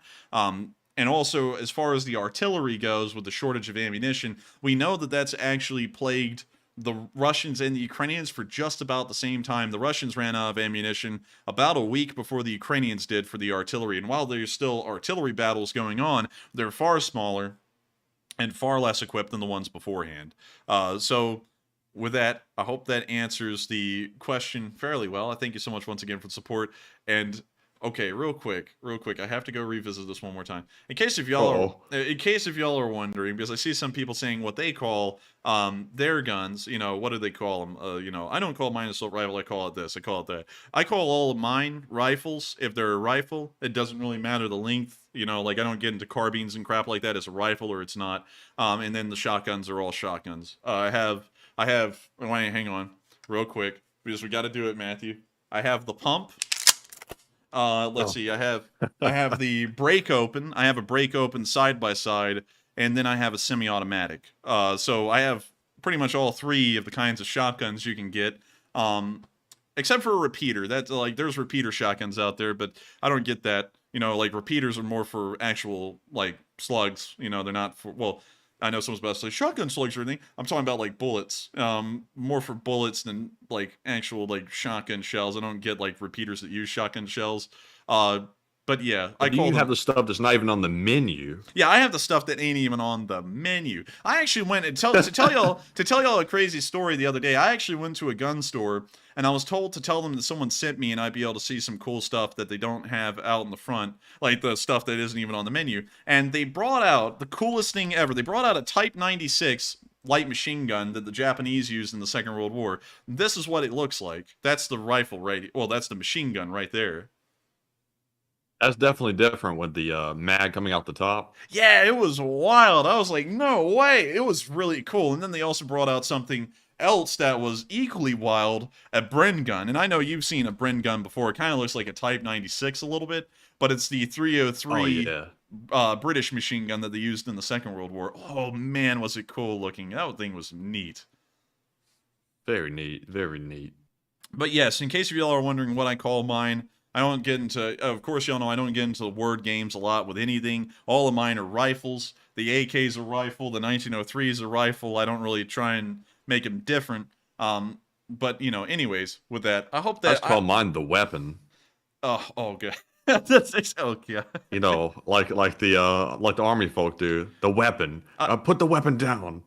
You know what I call my 1911, the problem solver. This is my problem solver. I can't do math, but this is my problem solver. It does the equation 7 + 1. It's 8. But anyways, with that, we are on to the next. So I hope that kind of puts that to rest, because now I think some of y'all are trying to like connect dots or something. No, I don't sit there and call them different things. They're all rifles, shotguns, or pistols. Or revolvers. I do divide those two into categories. It's a pistol or a revolver, because pistols, to me, I call them pistols if they're semi-automatic. Call them revolvers if they're revolvers. And revolvers are still revolvers if they're double action, although, like, to me, that kind of makes it semi-automatic, because there's not a lot going on there rather than just pulling the trigger, kind of like a semi-automatic, although it's still a revolver. But I still call it a revolver. Anyways, with that, we're on to the next one. Wait, word guy said, I call mine the crowbar. What type of gun do you have? A literal crowbar? Oh, man. I call mine the shtick. Man, I call mine... Mine's that boomstick from Star Trek, you know, where they went down to the Will of Landru land, and they sat there and said, "You are not following the law," and then they just point the stick at someone and it blows up. Like, that'd be mine. It's the boomstick. But anyways, we're on to the next one. All right, and up next, we have a $10 super chat from Cliff H. He says, Enforcer Matt's alternative call sign. He has another one, AL Polecat. Very interesting, very interesting. And thank you very much, Cliff, for the support and the very creative name again. And we appreciate it very much. And up next, we have a $10 super chat from Craig Platel. He says, TOW 2B is closer to in-law than Javelin. TOW 2B and in-law have downward firing warheads, forming EFPs. Javelin has tandem inline warheads, firing forward and not forming EFPs. I thank you for the support. I'm fairly certain, though, the Javelin explodes above the target. It can hit directly on the side, but it has two fire modes. It has one where it explodes over the target or directly on it. So let me check that. Javelin missile. And let me go check it. Let's see here. I gotta find a picture of it exploding. Let's see here.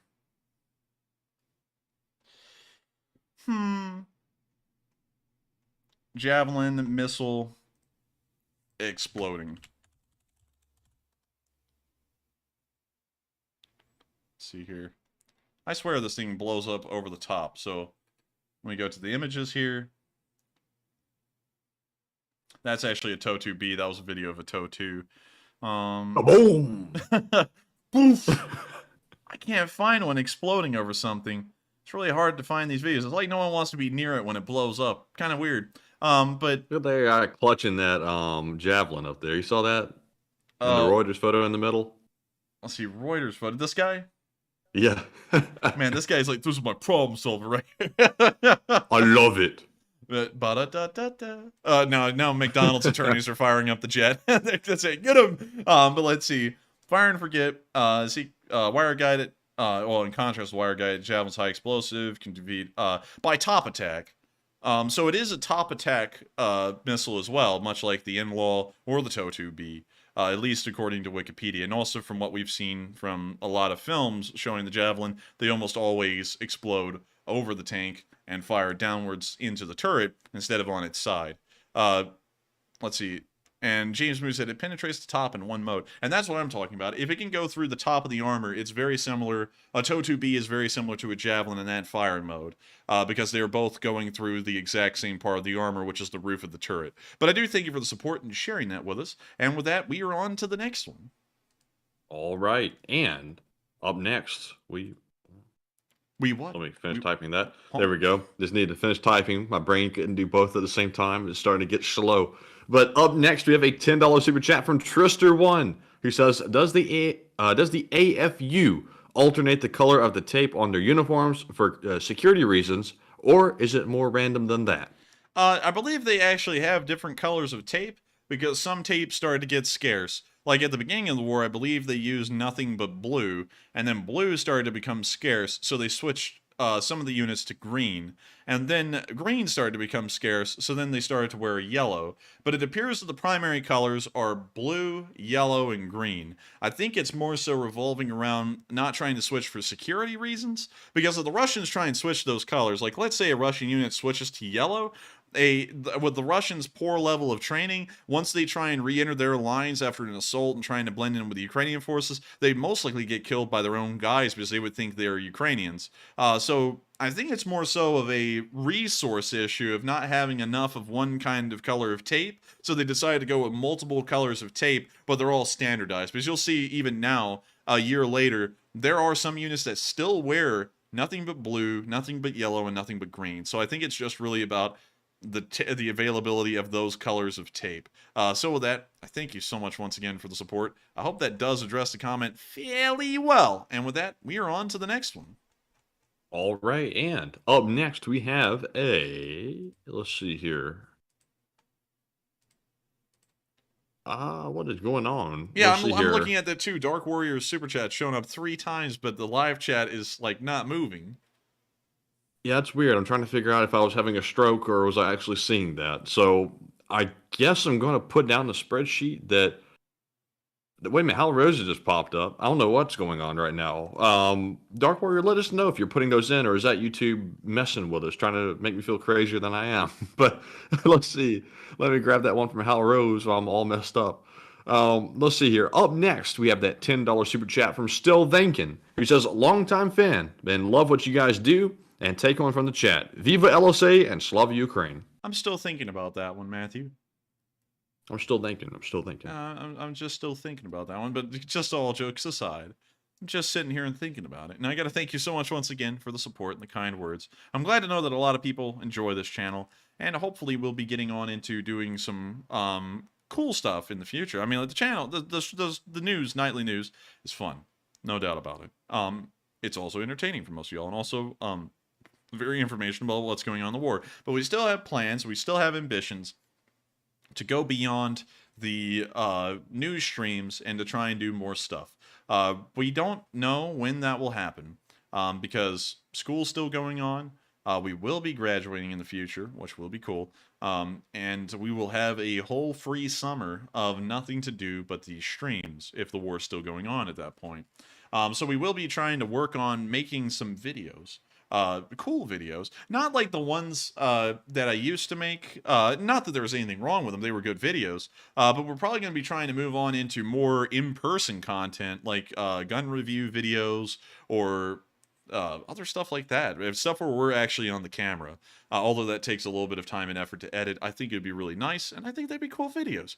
So with that, I thank you so much once again for supporting and enjoying this channel. Whenever anyone says they enjoyed, I always feel like I'm obligated to tell you all that we actually have a bit of a roadmap. It's just that it's taking time for the roadmap to ever come into effect because there's so much stuff going on in the background, but still, thank you so much once again. And with that, can we get to that live chat, Matthew? All right, and the live chat question goes to, let's see here, Michael Johnson, who says, have you heard anything substantial about the smoke rings blowing over Moscow? Smoke rings over Moscow? Yeah, if you're talking about that guy looking at the, how do we say that, Matthew? The guy on the Russian propaganda news looking and taking a propaganda? If I heard about those smoke rings, yeah, I did. we showed that on the news tonight. But I haven't heard about the other smoke rings. If something's on fire that we didn't report, please share with us. I would love to know. But I haven't heard of anything on fire in Moscow, except for that guy's Telegram page after what he did. I feel like we should watch that one more time, just for the disbelief of it, but I think we'll just let it run once, because that was enough. That was enough in its own right. So with that, thank you so much once again for sponsoring that live chat. I hope we answered it fairly well, and we are on to the next one. All right, and the next one goes to Rad Doctor, who puts in a 10 and said, did Russia recover the downed Reaper drone? I think they did. It's just that we never really heard any follow-up information on it, but the U.S. Navy wasn't really ever able to make it to the wreckage site, and the Russians were out there for a pretty good while, so I'd assume that they've probably gotten everything they could at this point. So with that, I hope that does address that question fairly well. Thank you for the support, and with that, we are on to the next one. And the next one we have goes to Hal Rose, who puts in the $10 donation and says, Enforcer, how long has the Azov tribe lived by the Sea of Azov? Wasn't Kyiv founded around 458 AD? You are correct, Hal. It was founded an incredibly long time ago, pretty much in the dark ages of the medieval era. Well, a lot of people say the medieval era was the Dark Ages, but that's a little bit of a misnomer. When the Roman Empire collapsed, well, the Western Roman Empire collapsed, a lot of the Western European world fell into a Dark Ages and actually fell back technologically by what we assume to be 200 years, which is actually kind of wild, and there wasn't really a lot of historical accounts made during that time. And also another cool thing, Matthew, that I was actually told by my history teacher, is that they've been able to pull up pottery from the Roman Empire, you know, from around that time, and they said that there was a visible, noticeable difference in pottery made during the late Western Roman Empire's history and the pottery made right afterwards, because apparently, empire-wide, the technology used to create incredibly smooth porcelain was completely lost, so porcelain after the fall of the Western Roman Empire became really coarse. Yeah, that doesn't sell well, I'd imagine. People don't like coarse pottery. Yeah, nobody likes that coarse pottery. I mean, like hell, man, you might even be able to say that it's a little bit of a downer. I mean, like might have to put a lid on that whole thing. Let me feign a laugh. That was a terrible joke. I was trying so hard to make that work. It didn't work. But anyways, yes, they did found around that time. And let's see, the Azov tribe. Let's see. Apparently they are called the Maotians, were an ancient people dwelling along the Sea of Azov. So let's take a look at these folks. They are part of the Circassians, which if you may remember, Circassians actually lived up until about the late 19th century in the Caucasus mountain range, kind of like in their own tribes. But it appears they actually found one of these guys near Krasnodar. That's actually the remains of a Maotian's skeleton in the area of Krasnodar. We can see some symbols here that they used, and it appears that this would be the group that you could say would be the modern-day area of the Azov Sea, or at least the area around it, would be these people. It doesn't appear that a lot's known about them either. It appears that there wasn't really any history about them whatsoever, except for the small paragraph down here on Wikipedia. So with that, Man, they got a bustin' Wikipedia page though. They had a whole color scheme going for them and everything on the info box. yeah, they had the whole thing going. They had a logo and everything. But still, thank you so much once again for the support. I hope that does address that fairly well. And with that, we are on to the next one. And also, the observer said, joke was man. Thank you, man. I know it was terrible. I knew it was bad. Anyways, we're on to the next one. All right, and up next we have an $8 super chat from Epic Trains Canada, who says, I finally got my Igor shirt in the mail yesterday, and I can't wait to wear it in public. Igor and Slava Ukraine. Igor! And thank you so much, Epic Trains Canada, for getting yourself a shirt from our merch store. It's a very great thing to know that folks do get our shirts and do enjoy them very well. Of course, the shirt helps to support this channel, and I thank you so much for finally getting it, and hopefully you'll be able to wear it with pride, as it is a part of the Leopard Army. And so with that, thank you so much once again for getting a Schweet, limited edition Schweet, and hopefully you get many wearings out of it. And so with that, thank you once again. I hope we addressed that fairly well, and we are on to the next one. And the next one goes to Dark Warrior 137, who put in a 5, and they told me that they did not put in those other 2, and that's kind of weird why that popped up like that. Very strange on YouTube's part. But thank you very much, Dark Warrior, for the support. He says, I tried to put in a Morse code into the super chat, but for some reason, the system will not allow it. So take a question from the chat instead, and Slava Ukraine. And thank you so much for the support, Dark Warrior 137. That's perfectly fine. We'll get a Morse code message eventually. And we will take a question from the live chat as well. And of course, long live the Leopard Army. And so with that, what do we got, Matthew? And the question goes to Ender Slayer, who says, what is your opinion on the MCX Spear, which is supposed to have twice the stopping power of an AR-15? And what's the name of that gun again? The AMX Spear? That's the Sig Sauer MCX, the Spear. MCX Spear. It's that new gun for the military. Ah, yes. This thing. I'm not going to lie, That's the civilian version. I'm not going to lie, Matthew. I swear that this whole thing back here looks a lot like an AR-style upper and lower. Oh, it's definitely different. I've looked at a video on it. I'm not really sure if I'm totally sold on it yet. You know, with all new platforms, there's always like bugs to work out in them. And now they're adopting as their new rifle. So hopefully it undergoes some thorough testing. Can we get this thing? How much does it cost? It's probably insanely expensive. Let's see. They all shoot 7.62 or 308, the NATO cartridge. Let's see here. You can get the barrel length in 16 inches. How much does this thing cost? Just interested. Yeah, I am. Oh my god! No. 10 grand? 10 grand? Hell no, I'm not touching that for 10 grand. You could buy an M82 nuts? for that. That's insane. Like, that is so stupid. I would never buy the gun for that price. No, I'm telling you. In my opinion, this looks a lot like an AR. I mean, like, if you look at yours, Matthew, it has that little, what is this thing called here? A little button that you push, that pushes... The, what's it called? It's called the, oh, geez, the name's slipping my mind. It's slipping my mind. Forward assist. Yeah, the forward assist. It's got that little ejector thing right there near the dust cover. You know, that little weird, like, angular piece. It's got the dust cover. It's almost got the same magwell. And like, the fire selector and everything is, like, in the same place. I don't know if, the internals are different, but to me, it just looks a lot like it's a rechambered AR-style rifle. It kind of looks like that to me, just from the upper and the lower. They say it's supposed to manage recoil a lot better, but... You know, the AR-15 already doesn't really have much recoil. Do we really need to manage that little small amount by a big margin? That seems kind of like a little bit overkill. But then again, it does shoot like a 7.62 308 cartridge, and those things do kick a little. How much does this thing weigh even? Let's see here. Barrel length. Damn, they got every weight. Golly, 9.2 pounds? How much does a G3 weigh? How much does a G3 weigh? Oh, and Ender Slayer said he knew how much it cost the whole time. He just wanted to see the reaction. Oh man, well that is too expensive.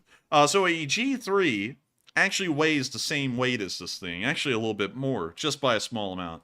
But dang, I mean, like weighing 9.2 pounds. There's I wonder no. how much the military version costs, because if the civilian one's 10 grand, the military one must be like 30 grand. I have no idea. At that price, this thing is certainly not being used by everyone in the military. That price is going to have to come way down for it to become a standard issue rifle in a short amount of time, or else it's going to take a literal decade to replace all of the M4s that we use with these things. But golly, I mean, like at 9.6 pounds, 9.2 pounds, you shouldn't really need to have that much recoil mitigation in this thing, because it's just going to be heavy enough that the 308, well, more like the 7.62, doesn't really recoil as much. Like, yeah, I mean, maybe. I mean, what happened to 5.56? I thought that was like the go-to round for the military. Now we need the jumbo round. I thought they were going to like 6.8 or something like that. I didn't know that they were going to 7.62. Like, yeah, that's kind of weird. What's this thing called in the one that's going through test trials right now? Because I don't think it is the MCX Spear. I think it is. Are you sure? I'm pretty sure. Spear military version. I saw somebody say it was The Ender X Slayer info. again. Said it has gone up in price since I first saw it. It was 7,000. That is something I'm really getting aggravated with right now. It's like shortages of everything. Like they limit the supply of the rifle to where they can like artificially inflate the cost of it. That seems to be like a trend across pretty much every industry right now, even cars, everything. So the military version of the rifle does use that 6.8 millimeter cartridge that I was talking about. It does. Really? Yeah, the one that's being sold on the civilian market, which should not be sold on the civilian market for this price. It just can't justify that. It shoots 7.62. So this one actually shoots a much beefier cartridge than the one in the military would shoot, the 6.8. With that in mind, I don't really get the point of recoil mitigation on something that is halfway in between 5.56 and 7.62. That makes no sense to me, because 1, 308 does not kick that bad. Well, 7.62, 308, whatever you want to call it, doesn't kick that bad in my opinion. So it seems a little goofy to sit there and really soup up the price of a gun to mitigate the recoil on a round that doesn't really need that much recoil mitigation. I mean, you know, if you can't handle the recoil of a 308, why are you even shooting guns? You know, it's not that bad. You know, in my opinion. But with that, I hope that addresses that fairly well. You know, it looks cool. I would buy this. I would actually buy this gun if, say, it was like $1,200 to $1,000. I would seriously consider it. But at $9.3 thousand, I would never consider buying a gun like this. You could get as good a performance, in my opinion, out of any AR rifle out there, you know, except for certain brands. I won't say who, but you could probably get much better reliability out of those than you would this, because this thing's brand new, and they're probably, like Matthew said, trying to figure out how it works, because every single gun goes through a teething phase, and considering how new this thing is, I'm sure it's got some kind of issues in it somewhere. But with that, I hope that addresses Wait a minute. Oh man, you clicked off of it. What? Wait, hang on, I'll go back. MCX Spear. All right, I'll go back to it. You see over there, it says ask a question. Yes. Could you like type in the box and say, why is this gun so damn expensive?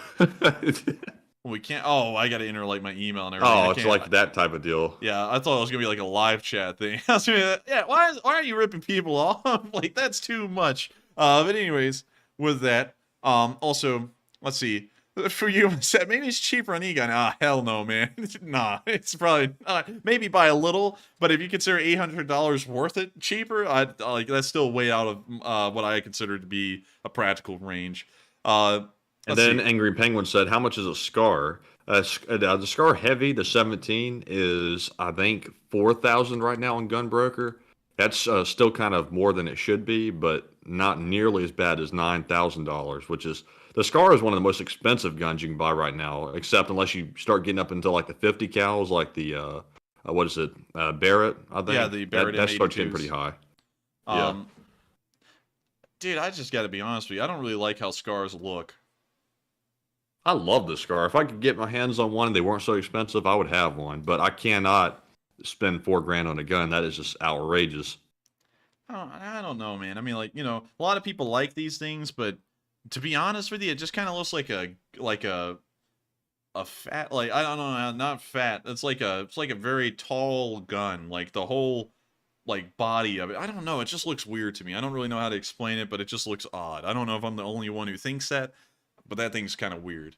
But you know, it works. I haven't heard a lot of people complain about it. But anyways, with that, we are on to the next one. Thank you so much for the support and sharing that with us. All right. And up next, we have a $12 super chat from Bob Anand, who says, for the Net Fund, talking about Bren guns earlier, I heard that the early design was so accurate, they modified it to make it less accurate, so the spray would help stop massed infantry charges. And what are your thoughts?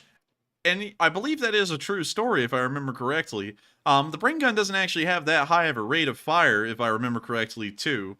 Because I've seen one of those things shoot, and I just remember, I was like, wow, that's kind of like a Maxim gun with its rate of fire. Thing was not bad.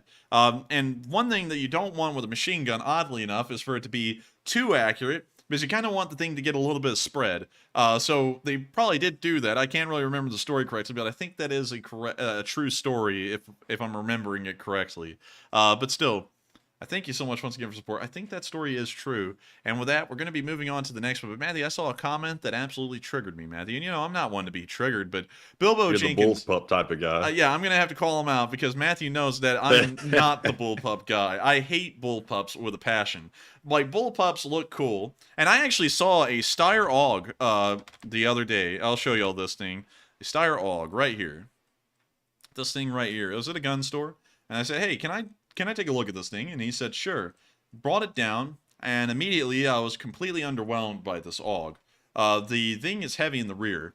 All bullpups have this problem, is that they're not really balanced well. They're always heavy to the rear of the gun, which really makes shouldering these things weird, and especially bringing them up to shoulder. You pretty much have to have the buttstock of the gun on your shoulder at all times to be able to shoulder it properly. Otherwise, you have to really get used to this whole, like, the back is way heavier than everything else. I'm really more into the conventional gun designs where the action of the gun is right above where you're holding it, you know, right above the pistol grip near the trigger, or the foregrip, whether it be the vertical one or not, on a normal gun. Like, for example, I'm a big fan of the way the G3, I'll show you all a G3 rifle here, feels. It's not bad. Here's a couple of G3s right here. These aren't bad. I like the G3s, not bad gun. The M4s, M16s, not bad guns either. You know, the action is right above where you hold it, very well balanced. I like it. I think these guns are far better than bullpups, in my opinion. You know, and of course someone's about to go and battle me about why they think it's not good in their opinion. It's my opinion. So, you know, it is what it is. I just don't like bullpups. Like, I don't know if you like them, Matthew, but I just can't really ever see myself getting a bullpup and actually, like, liking it, you know? No, I don't like bullpups. I really don't like miniguns that aren't really, like, mainstream guns, because those type guns have a really hard time, like, finding, like, widespread ammo for them sometimes, depending on the round. The accessories are kind of hard to come by. And it is, like, they seem like they're not really practical or something. I know they, like, in reality they are, but I don't like them. I just really don't. Yeah, and then in a world, and then there's the FAMAS as well, which is the French, French assault rifle. Well, it's called the assault rifle right there. We're not going to say that though. It's the French sporter rifle. It's the French battle rifle in a way, if you want, whatever you want to call it. It's the French rifle. I'm not going to battle with this. I don't know, man. None of them I just don't like any of them. It's just weird. And I know that every single time you pick them up, because I picked up enough of them, it's just heavy in the back. It's not good. It's not good. Don't like them. I like anything else rather than bullpups. I'm just not a bullpup kind of guy. P90s though, P90, I will make an exception there. I have held a couple of P90s. Never shot one though, and they're kind of neat. But at the same time, I don't like guns that are too short. I like a very long gun. Too complicated to reload it. Oh yeah, that's true too, because you got to do that whole stupid, like, sideways mag weird thing where you kind of like push it in there and then try and set it down like you're sitting down a chair or something. Yeah, I don't really Yeah, like but this that one either. you better hope you only need like one mag, because it's going to be tough to like actually reload under pressure, or at least from what I've seen, it looks like it. And now one gun I would love to see, but I've never really seen, are these weird G36s. I mean, they're pretty neat, pretty cool. What the hell is this? Anyways, they're pretty neat. The person starts cropping in on the Yeah, photo. yeah. Wait a minute, everyone. Let me open up Adobe Photoshop real quick and let me take care of this. Anyways, these things are pretty neat. They're actually the German battle rifle that is used now. I know someone's about to say they're not battle rifles. Whatever. This is the German rifle that's used now. They're not that bad. I mean, like, it's kind of like a normal rifle, but they look kind of funky. They're like sci-fi-ish looking. Kind of cool. But yeah, I like conventional rifles. I'm not a big fan of bullpups. So with that, I hope that answers that fairly well, Bilbo Chickens. And with that, we're on to the next one. All right, and big shout out to CK Bold, who puts in a 5, as well as WL. Let's see here. Also, Dubsy Dabster, who put in a 2. And thank you all very much for the support. No comments to address with those super chats, but we do appreciate it very much, as always. And up next, we have a $5 super chat from White Lightning 777, who says, have you ever tried Linux for live streams? It's far less vulnerable to Russian cyber warfare. And I have never tried it, but I have to say that I do know a little bit about Linux, and I don't think I'll be switching to it. It's kind of a little quirky, somewhat similar to the Apple operating system in a way, but I don't know. But, you know, good suggestion, good suggestion. And Enforcer, what say you? I know you're really well versed in Linux. Hell no. I know nothing about Linux. I have no idea what Linux even really is. I used OBS because OBS was the most popular, I guess you say, like, video recording software there is out there. And so I just ended up using OBS for that reason. I don't think I'd be switching over to Linux, though, because I'd have to find the time to learn how Linux works, and that would be pretty tough. But still, I thank you for the support, and I hope that does address the comment fairly well. And with that, we are on to the next one. All right, and up next, we have a $5 super chat from Susan Reichel, who says, check out the F-35B Lightning VTOL fighter jet made by none other than Lockheed Martin. Of course, Lockheed makes everything. And I thank you for the support, and Lockheed does make everything. You know, Lockheed makes wonderful stuff, Matthew, incredible stuff. I'm sure a lot of people out there really like Lockheed Martin's products. I mean, like, hell, ask the folks in Iraq who went up against twice. I bet you they loved Lockheed Martin stuff. But still, you know, speaking of Lockheed, I just got done flying the Dark Star plane on Flight Simulator. Like, there's no way in hell that thing's not a real plane. I don't know. I mean, like, Flight Simulator is a little bit out of my league because I don't even have room on my computer right now to get a Flight Simulator. but maybe one day I will. And so with that, I thank you so much for the support. And we're about to be moving on to the next one. But George Robertus, Matthew, he came back in. He came back in with something else. He said, I owned a Steyr AUG in the 80s, and I don't think you have shot one. It doesn't matter. Wait a minute. Did you check out the F-35B? Well, yeah, we'll check out the F-35B real quick. The F-35B is actually the VTOL version of the F-35s. There are actually some, I believe, that are not VTOL, like the F-35A and C. I don't think those are VTOL. But the F-35B is, if I remember correctly.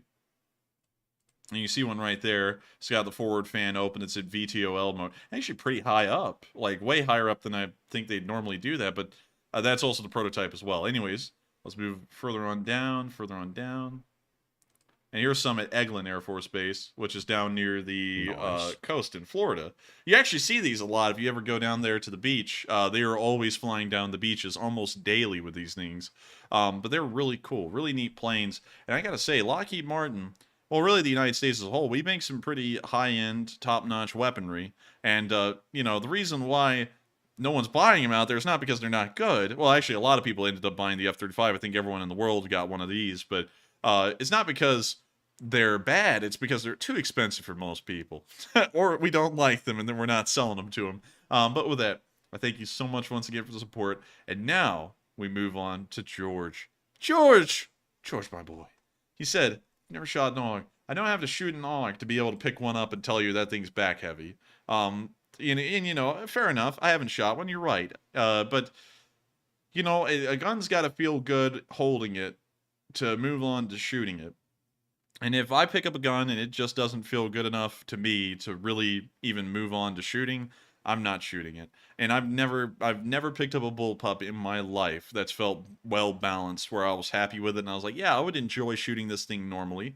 Never. I don't know if Matthew's ever. I don't know if you've ever held a bullpup, Matthew. Have you? Now, I have held a bullpup and I didn't like it. I've seen 2 of them. Yeah, I don't think Matthew and me are big fans of bullpups at all. And once again, I'm a little bit old-fashioned with my rifles. I enjoy my rifles to be about as long as they can get, like with 21-inch barrels and stuff like that. You know, so it's just like having a bullpup and like making a gun as short as it can is like almost opposite to like my world of thinking with guns. But still, with that, we're on to the next one. And the next one goes to James Moon, who puts in a 5 and says, what do you think about the RPG fire extinguisher? I think that thing was actually kind of wild. We've seen that thing used a couple of times by the Ukrainians. I'm sure it is not as effective as a normal RPG, but it's still very ingenuitive and interesting nonetheless. And so with that, thank you so much once again for the support. I hope that does address that fairly well. And we are on to the next one. And the next one goes to Alex Kalchuk, who puts in a 3 and says, take a question from the chat. And we will take a question from the chat. And thank you so much for the support. And so with that, let's get one from the live chat. And the one from the live chat goes to Deeds Miller, who says, can Ukraine reproduce a nuclear weapon? I think anyone in the world could really make a nuclear weapon. It's just a question of will they get caught before they're done.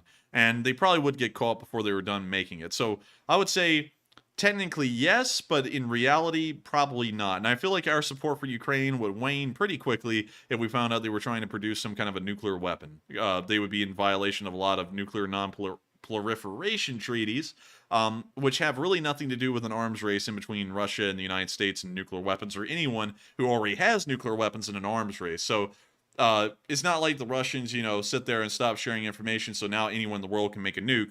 The non-proliferation treaties are still in place.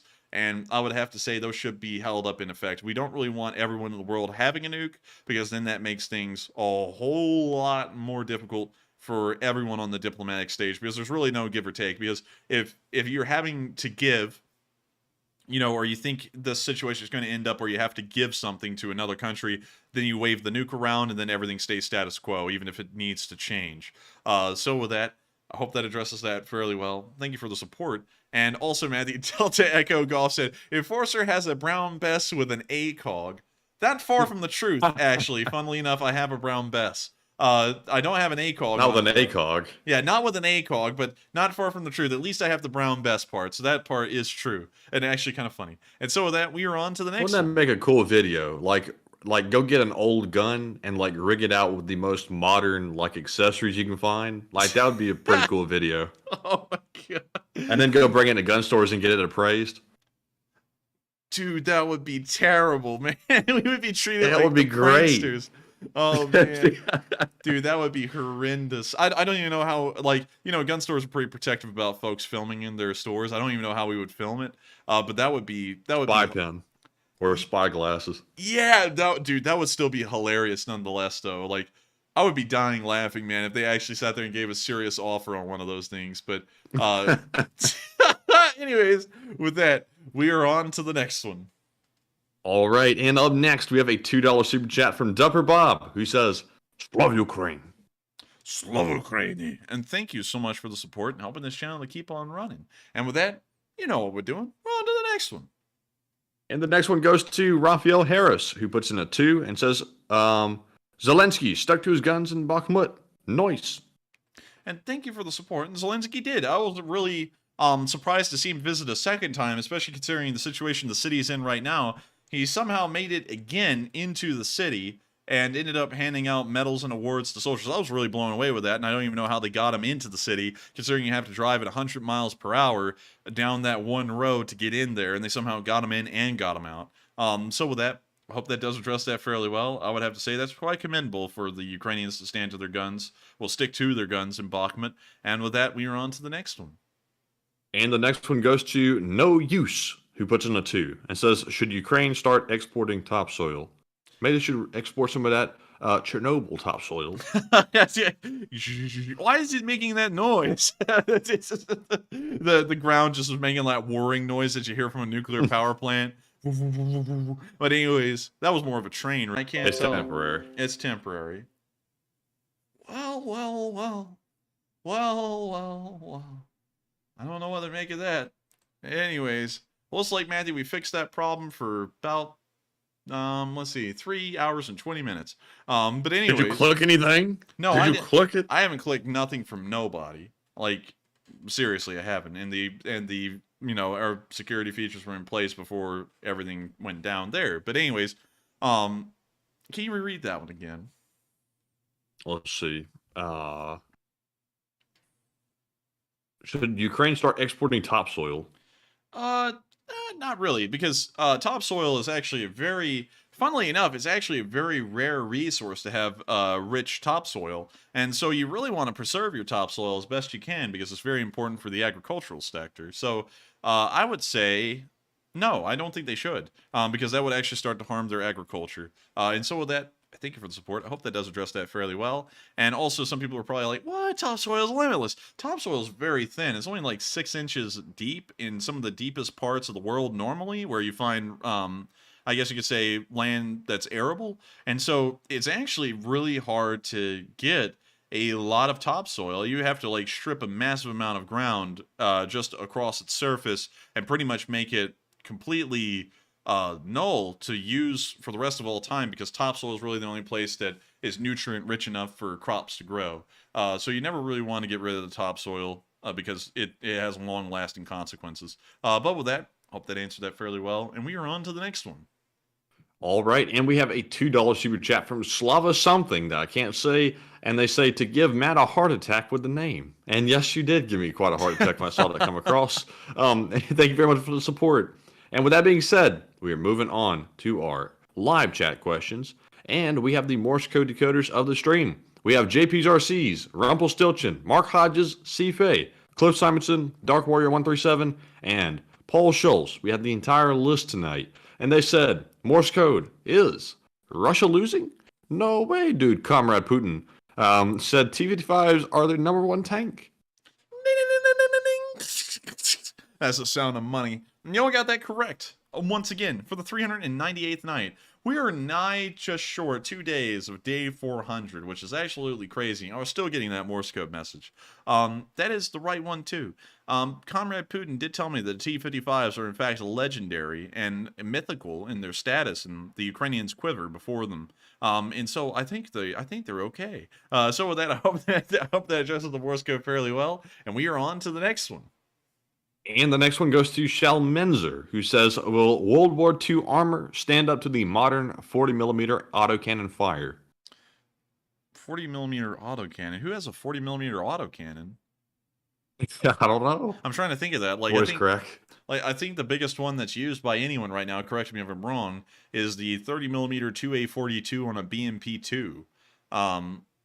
So I don't know. Yeah, I don't really know of a bigger one that's like 40mm. I mean, like, how at that point you're shooting a Bofors gun at someone.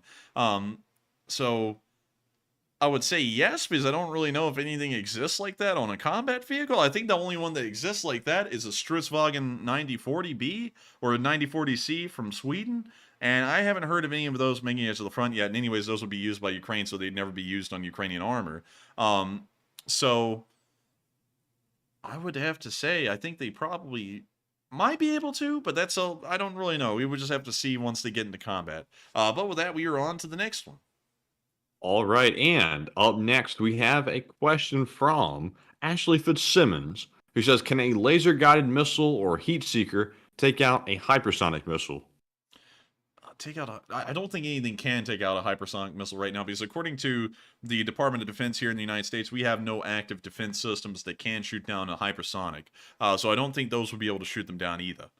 So with that, I hope that does address that fairly well, and we are on to the next one. And the next one goes to Private Public 77, who says, could Ukrainian offensive rapidly attack and hold vast amounts of Russian land, hold it, then trade it for a peace deal? I think they could, but that would probably freak out the Russian public so badly, and also probably freak out the Russian government so badly, they would probably declare a full mobilization. And while they're running out of equipment, and if they get support from the Chinese, those fully mobilized soldiers could probably get equipped enough to prolong this war even longer, or that might freak out the Russians to the point they actually use nuclear weapons and then it's World War III. We generally want to keep the Ukrainians inside of Ukraine, fighting within the parameters of their pre-2014 borders, so that way the war doesn't escalate further. And also, it is a defensive war on their end, so they're not really trying to push back into Russia and win anything there. They're just trying to get back everything that's been stolen from them. So with that, I hope that answers that question fairly well. And with that, we are on to the next one. All right, and up next we have a question from LaRue Anthony, who says, "Where are the French Leclerc tanks?" Leclerc? Yeah, Leclerc. I meant to say. Hi, Jimmy. Can I have a chocolate Leclerc? But anyway, croissant. But let me pull up the Leclerc again real quick. Leclerc tank, not the race car driver. The Leclerc tanks have not been offered to Ukraine as of the moment. So for now, these things remain in France and the other countries that own them, but they won't be going to Ukraine anytime soon from what we know. But that might change. But for now, they're nowhere to be seen in Ukraine. And so with that, I hope that does address that comment fairly well. And with that, we are on to the next one. And the next one goes to Wilness, who says, "There is some Ukrainian refugees in Latvia that supports Russia, and what should we do with them?" Ukrainian refugees that support Russia? Well, then why did they leave Ukraine? Send them back. Send them back. Send them back. Send them back and let the Ukrainians figure out what to do with them. Because if they're going to be pro-Russian after literally living off of a refugee system that is run by the complete opposite of Russia, they don't need to be living off of that. So with that, I hope that answers that question fairly well. And we are on to the next one. And the next one goes to Ariot Martel, who says, "What do you think of the Mirage 2000s going to Ukraine?" Mirage 2000s are going to Ukraine? Whoa! Wait, hang on. Mirage. I didn't know if that was confirmed yet. I thought maybe it was just talk. This is from BulgarianMilitary.com. Euromaidan I think Press. they're just considering it. I think they are considering it because it doesn't appear. It appears that the only people who say they're sending them are BulgarianMilitary.com, and I don't know if they're a trusty source or not. So. If they were sending them, that is crazy, because there's actually multiple variants of the 2000. There's the 2000C, there's the 2000D. The 2000T right here is actually the bomber version of the Mirage 2000. So if they're getting the bomber version, wow, man, their air support's about to get pretty okay. Well, pretty good. If they get the air superiority version or the multi-role version like this 2000C, that would be good. It's not as good in an air-to-ground roll as the 2000D would be, but hell, in an air-to-air roll, these things are really good. They have some great air-to-air missiles. They have, I mean, hell, they're just good. I mean, these things are incredibly maneuverable too, and it stands testament to the design of the Mirage 2000 that they're still in service to this day. So with that, the name's kind of sus though. A Mirage, like. That implies like it looks good from a distance, but when you get like on it and look at the internals, like it's just like a phony, like it was a Mirage. What the hell are you talking about? What the hell does it mean? Dude, why they call it a Mirage? I don't know what the idea behind naming it a Mirage was, but then again, like it's kind of like naming an F4 a Phantom. You know, I think it's just to make it sound cool. Oh, that sounds cool though. Well, yeah, but Mirage sounds cool. It's there, but then it's not. Sounds sus to me. Boom, boom. Boom, boom, boom, boom, boom, boom. we need the soundtrack in here immediately. I need to get that number pad thing we use for our live show, Matthew. Just have it rigged up with noises, so that way I can sit there and go, wow, that seems kind of sus to me. Boom, boom, or something like that. Just completely ripping off the copyright. Just completely throwing the copyright laws to the wind. But anyways, with that music isn't going to help his personality any. Oh, dang. Oh, shit. Oh, I fell back in my chair. Excuse me. Oh, man, that's deep. That's deep, man. But anyways, I don't think they're being sent yet, at least from the information we can find. And so with that, we are on to the next one. All right. And up next, we have a $1 super chat from Bob Anon, who says, "Will Russian T-55 armor withstand 20 millimeter AC hits? I don't think it will. To be honest with you, I feel like it doesn't. Also, Momoto knows what we're talking about. They said so it doesn't. I don't like I almost it. fell back and busted my head. So.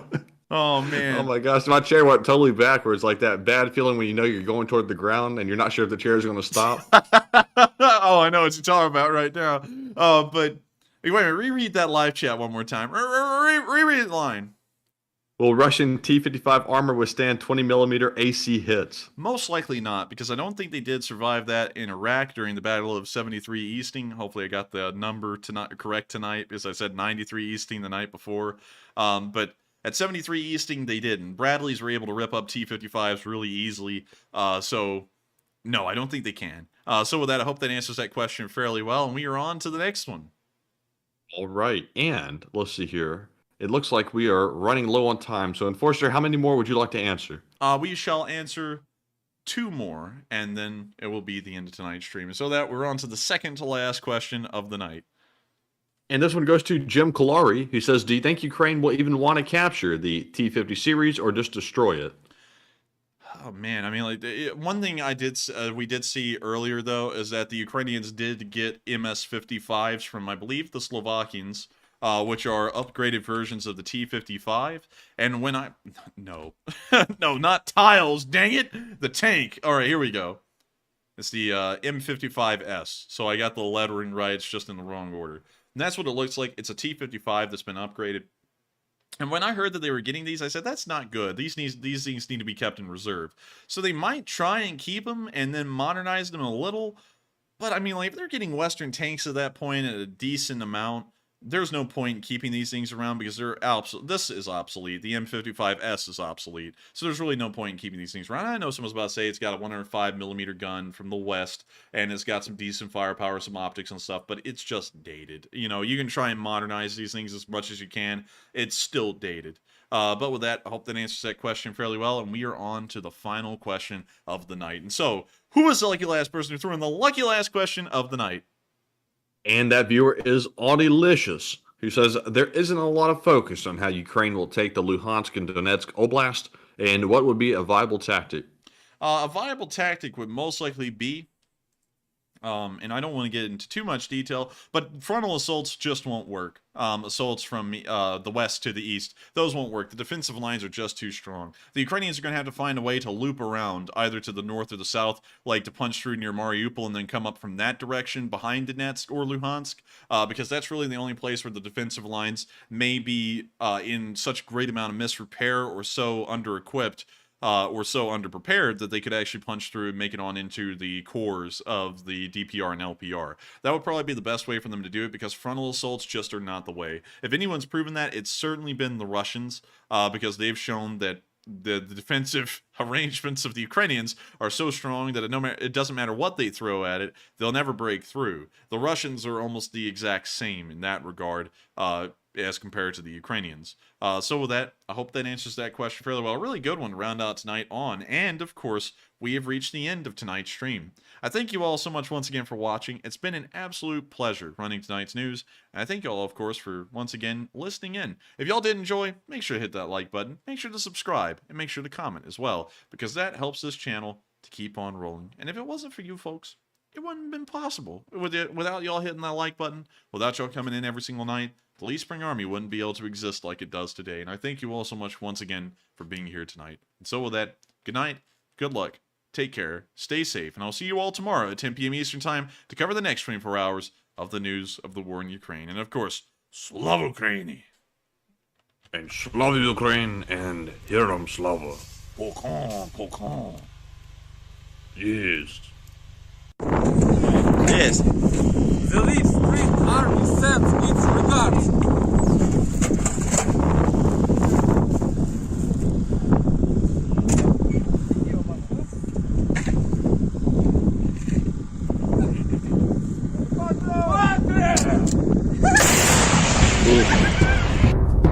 Ще не вмерла України, ні слава, ні воля. Ще нам, браття, усміхнеться доля. Згинуть наші вороженьки, як роса на сонці. Запануємо ми, браття, у своїй сторонці. Душу й тіло ми положим за нашу свободу і покажем, що ми браття козацького роду. Душу й тіло ми положим за нашу свободу.